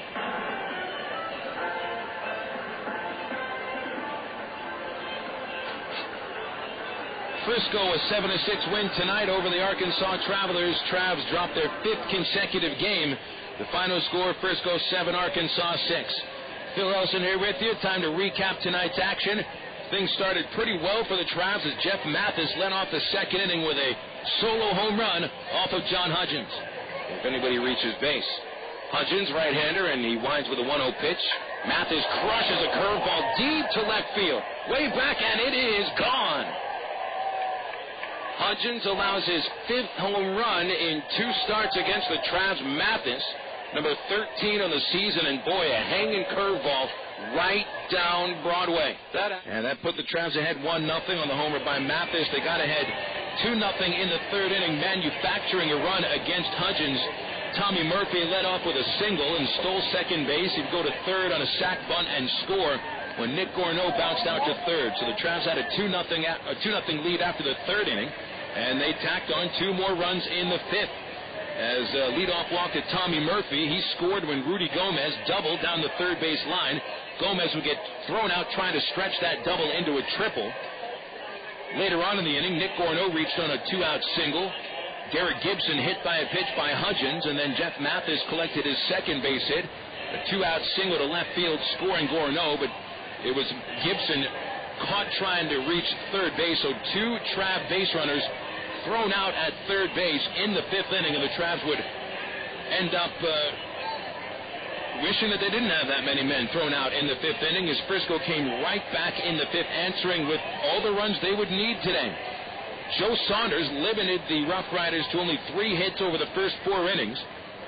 Or to the first batter of the 5th, Jason Bourgeois, had an 0-2 count, and on a check swing, he looped a little dunker over first, hustled into second with a leadoff double. Rick Asadorian then lined back to the mound, knocking Saunders down. The ball landed away from him for a single, sending Bourgeois to 3rd. Brian Esposito stepped up and hit a sac fly to center, bringing home Bourgeois with Frisco's first run. Saunders then got ahead 0-2 on Rashad Eldridge, but hit him with a curveball in the dirt. Still got the second out of the inning on a pop-out by Kinsler, but then things started to fall apart. Jason Botts knocked in the second run of the inning with a single to left field, and then Titus Meadows comes up, runs the count to 2-1. 3 homers, 5 doubles. Hitting under 250 against the team. Pretty much all or nothing with Meadows against the Travs. Saunders with a 2-1 pitch. Meadows crushes it deep to left field, and Frisco takes the lead on his 3-run homer. Home run number 13 for Meadows, his 4th against the Travs. That would put Frisco ahead for good. They still would tack on 2 more runs with a runner on base and Santiago Perez coming to the plate.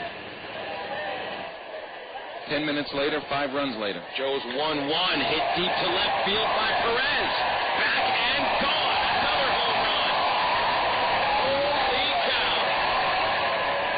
All told, 7 runs on 6 hits in the 5th inning. That was enough for the Frisco RoughRiders. Saunders was knocked out, allowing all 7 runs in 4 2/3 innings, allowing 9 base hits. Hudgens left the game after the 5th inning. Stephen Rowe came on and kept the Travs off the scoreboard in the 6th and 7th. In the 8th inning, Jeff Mathis and Mike Elward got leadoff singles against Rowe and then went to 3rd base when Ray Beasley tossed a wild pitch coming out of the bullpen. Jason Esposito sacked fly to left field, brought Mathis home, and then Victor Gutierrez stepped up to knock home a run for the Travs to be their final run of the game. A single up the middle that brought the Travs to within 1 run, and they were able to get the tying run to third base with 1 out of the 9th inning. Alberto Callaspo singled with 1 out, followed by a base hit by Nick Gorneault. But Beasley gets Derek Gibson to pop out. Mathis flies out to center, ending the game 7-6. Frisco wins. Hudgens the winner, 3-3 his record. Joe Saunders falls to 1-2, and Beasley the save, number 3 for him. Again, that final, Frisco 7, Arkansas 6. We'll take a look around the Texas League and the majors up next on the Southwest Airlines out-of-town scoreboard. This is the Allstate Insurance postgame report on Traveler Baseball on the ticket. Total Sports 1380. White Star Mini Rock Coke. Hey, sorry. First one to aisle 5, find the other. Come on. Well, coming through. Hey, stop throwing cereal boxes at me. Whatever, stop drafting my car. Walter. Looks like you're buying me that Coke.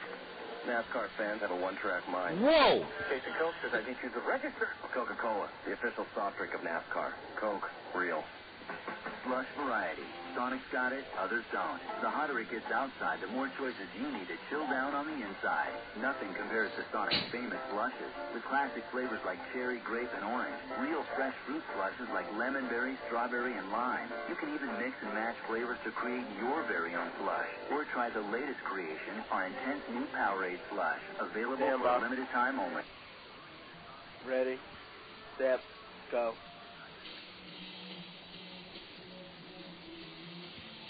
Welcome back to Dr. Pepper 7-Up Ballpark here on the ticket. Total Sports 1380. Frisco beats the Travs tonight 7-6. 5 straight losses for the boys from Little Rock. We'll take a look now around the major leagues in the Texas League on the Southwest Airlines out-of-town scoreboard. One thing first, big news coming out of St. Louis, where the Cardinals already with the best record in the major leagues and the best offense as well, and they have acquired former NL Most Valuable Player Larry Walker for right-hander Jason Birch, and 2 players to be named later. More proof that the trading deadline means nothing. The fact that Walker gets traded on waivers, and nobody stopped that deal. And so the Cards add Larry Walker. That is just an amazing deal for the best team in baseball right now to acquire a great hitter in Walker. Cards celebrate that deal by beating the New York Mets 6-4.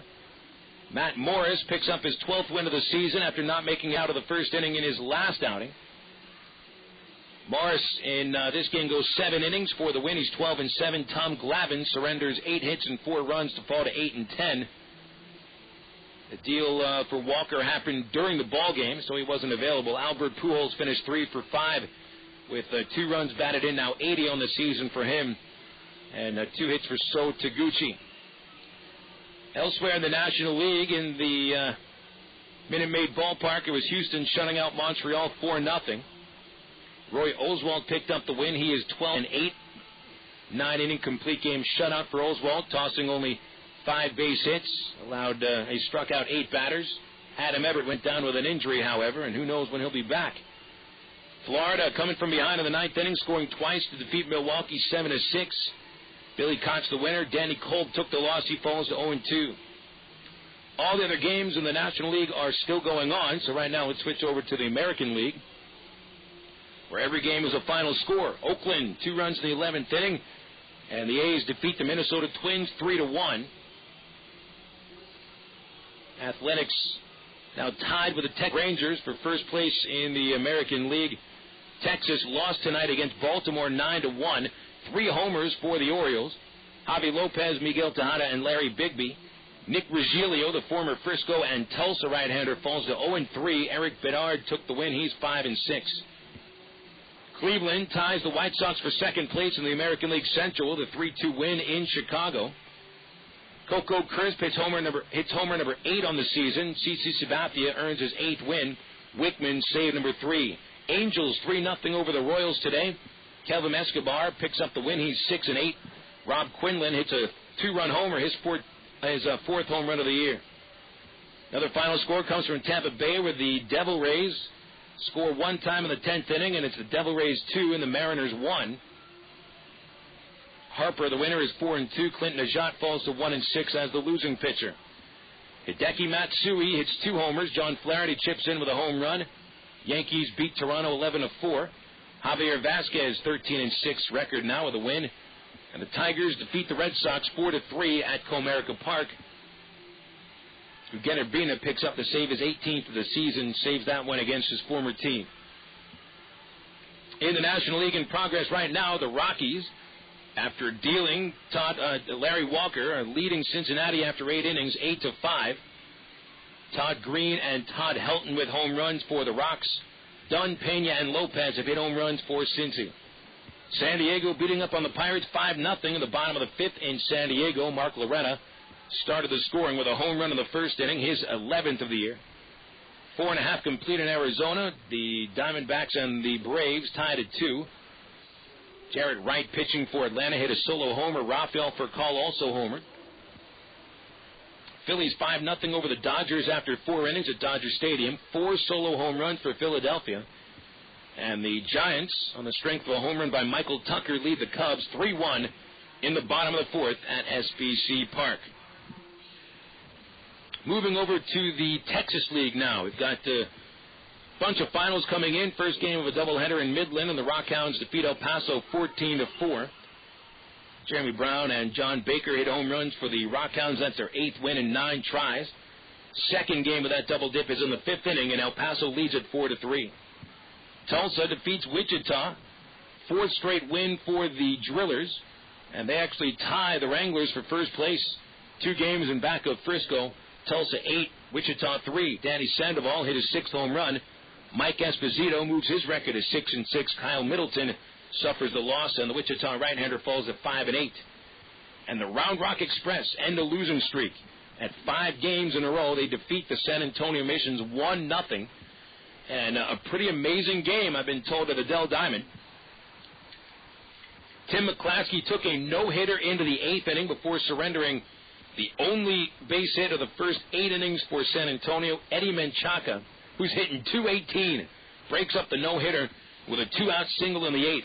Round Rock wins the game in the bottom of the 9th inning on an error by the right fielder Jamie Bubella. Mike Rodriguez had been at the plate. Willie Taveras was on base at second. They were trying to intentionally walk Rodriguez, and after 2 pitches, let's see here, who's the pitcher? It was Chris Key, the lefty for the San Antonio Missions, left his intentional third pitch too close to the plate, and Rodriguez lined it off the glove of the outfielder Rubella, and that gives the Round Rock Express a 1-0 win over San Antonio. That's an incredible way to crack and win a game. So now you're up to date across the Texas League and the Majors on the Southwest Airlines out-of-town scoreboard. Don't forget, fans, you can always log on for low fares online at www.southwest.com. We'll come back to wrap up this game as Frisco defeats the Travs 7-6. Final segment of the Allstate Insurance post-game report right after this on the Ticket. Total Sports 1380. Coach, he doesn't get much attention. You've never heard of a third base coach groupie, have you? But he's vital to the success of the team. His experience and knowledge of the game can mean the difference between scoring a run or getting thrown out at the plate. Allstate agents play a similar role to the third base coach, although they have experience with much more than just home. They can help with auto insurance, life insurance, and your retirement needs as well. And they'll do it without using any crazy signals. They'll help you understand the coverage options available so you can find the one that's right for you. You deserve a team with big league experience. That's Allstate, Stan. Are you in good hands? To get a team with big league experience, just visit your local Allstate agent. Call 1-800-ALLSTATE or click on allstate.com. Insurance subject to availability and qualifications.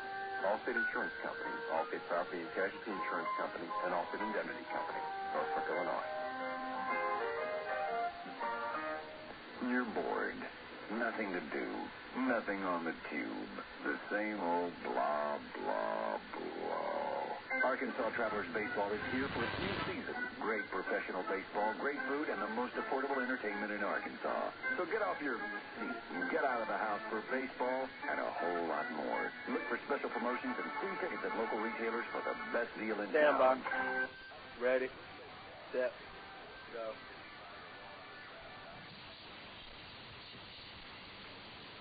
Welcome back to Frisco's Dr. Pepper 7-Up Ballpark here on the Ticket Total Sports 1380.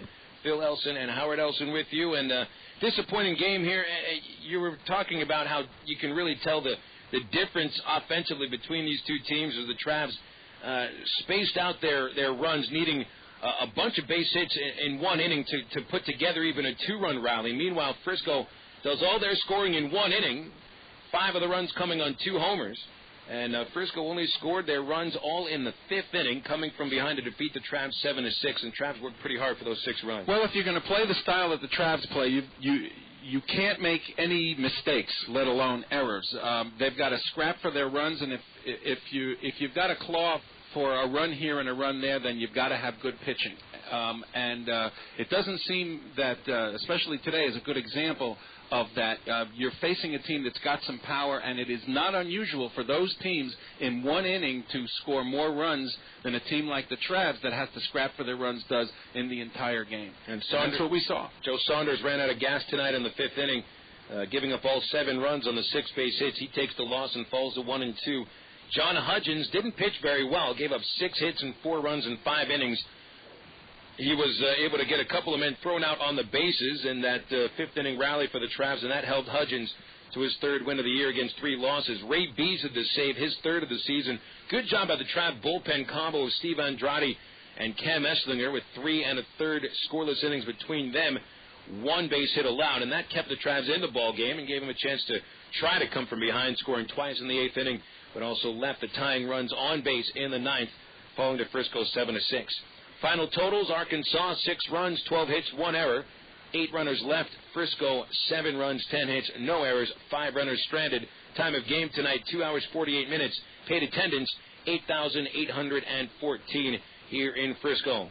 The losses, the Travs 5th in a row. They fought a 15-27 in the second half. Overall, the Travs are 48-63, 7 more losses, and the Travs cinch a losing record this year. Frisco to 26-16 in the second half, and they stretch their lead over Wichita by 2 games, and also 2 games ahead of Tulsa for first place in the hotly contested Texas League East Division. Frisco overall 62-50. Game 4 of the series tomorrow night here at Frisco. And we'll have the first pitch at 7:30 with the ITT Tech pregame show at 7:10 right here on the Ticket Total Sports 1380. Big thanks to my father, Howard Elson, for sticking around and making sure that I know what I'm talking about today and espousing all sorts of pitching knowledge and baseball wisdom upon you Traveler fans. Also, big thanks back to the studio for Michael Watts for doing a great job, as always, playing the right commercials at the right time. Also, a thank you, Traveler fans, for sticking around for the ball game as well. We don't put these games out here for no reason. We know that you're listening from first pitch till last pitch, and including the post-game show as well, so thank you very much. Phil Elson saying so long from Dr. Pepper 7-Up Ballpark here in Frisco, where the RoughRiders send the Travs to their 5th consecutive loss. Final score, Frisco 7, Arkansas 6. That's a wrap. Don't forget, it's just a game. We'll be talking baseball again tomorrow night.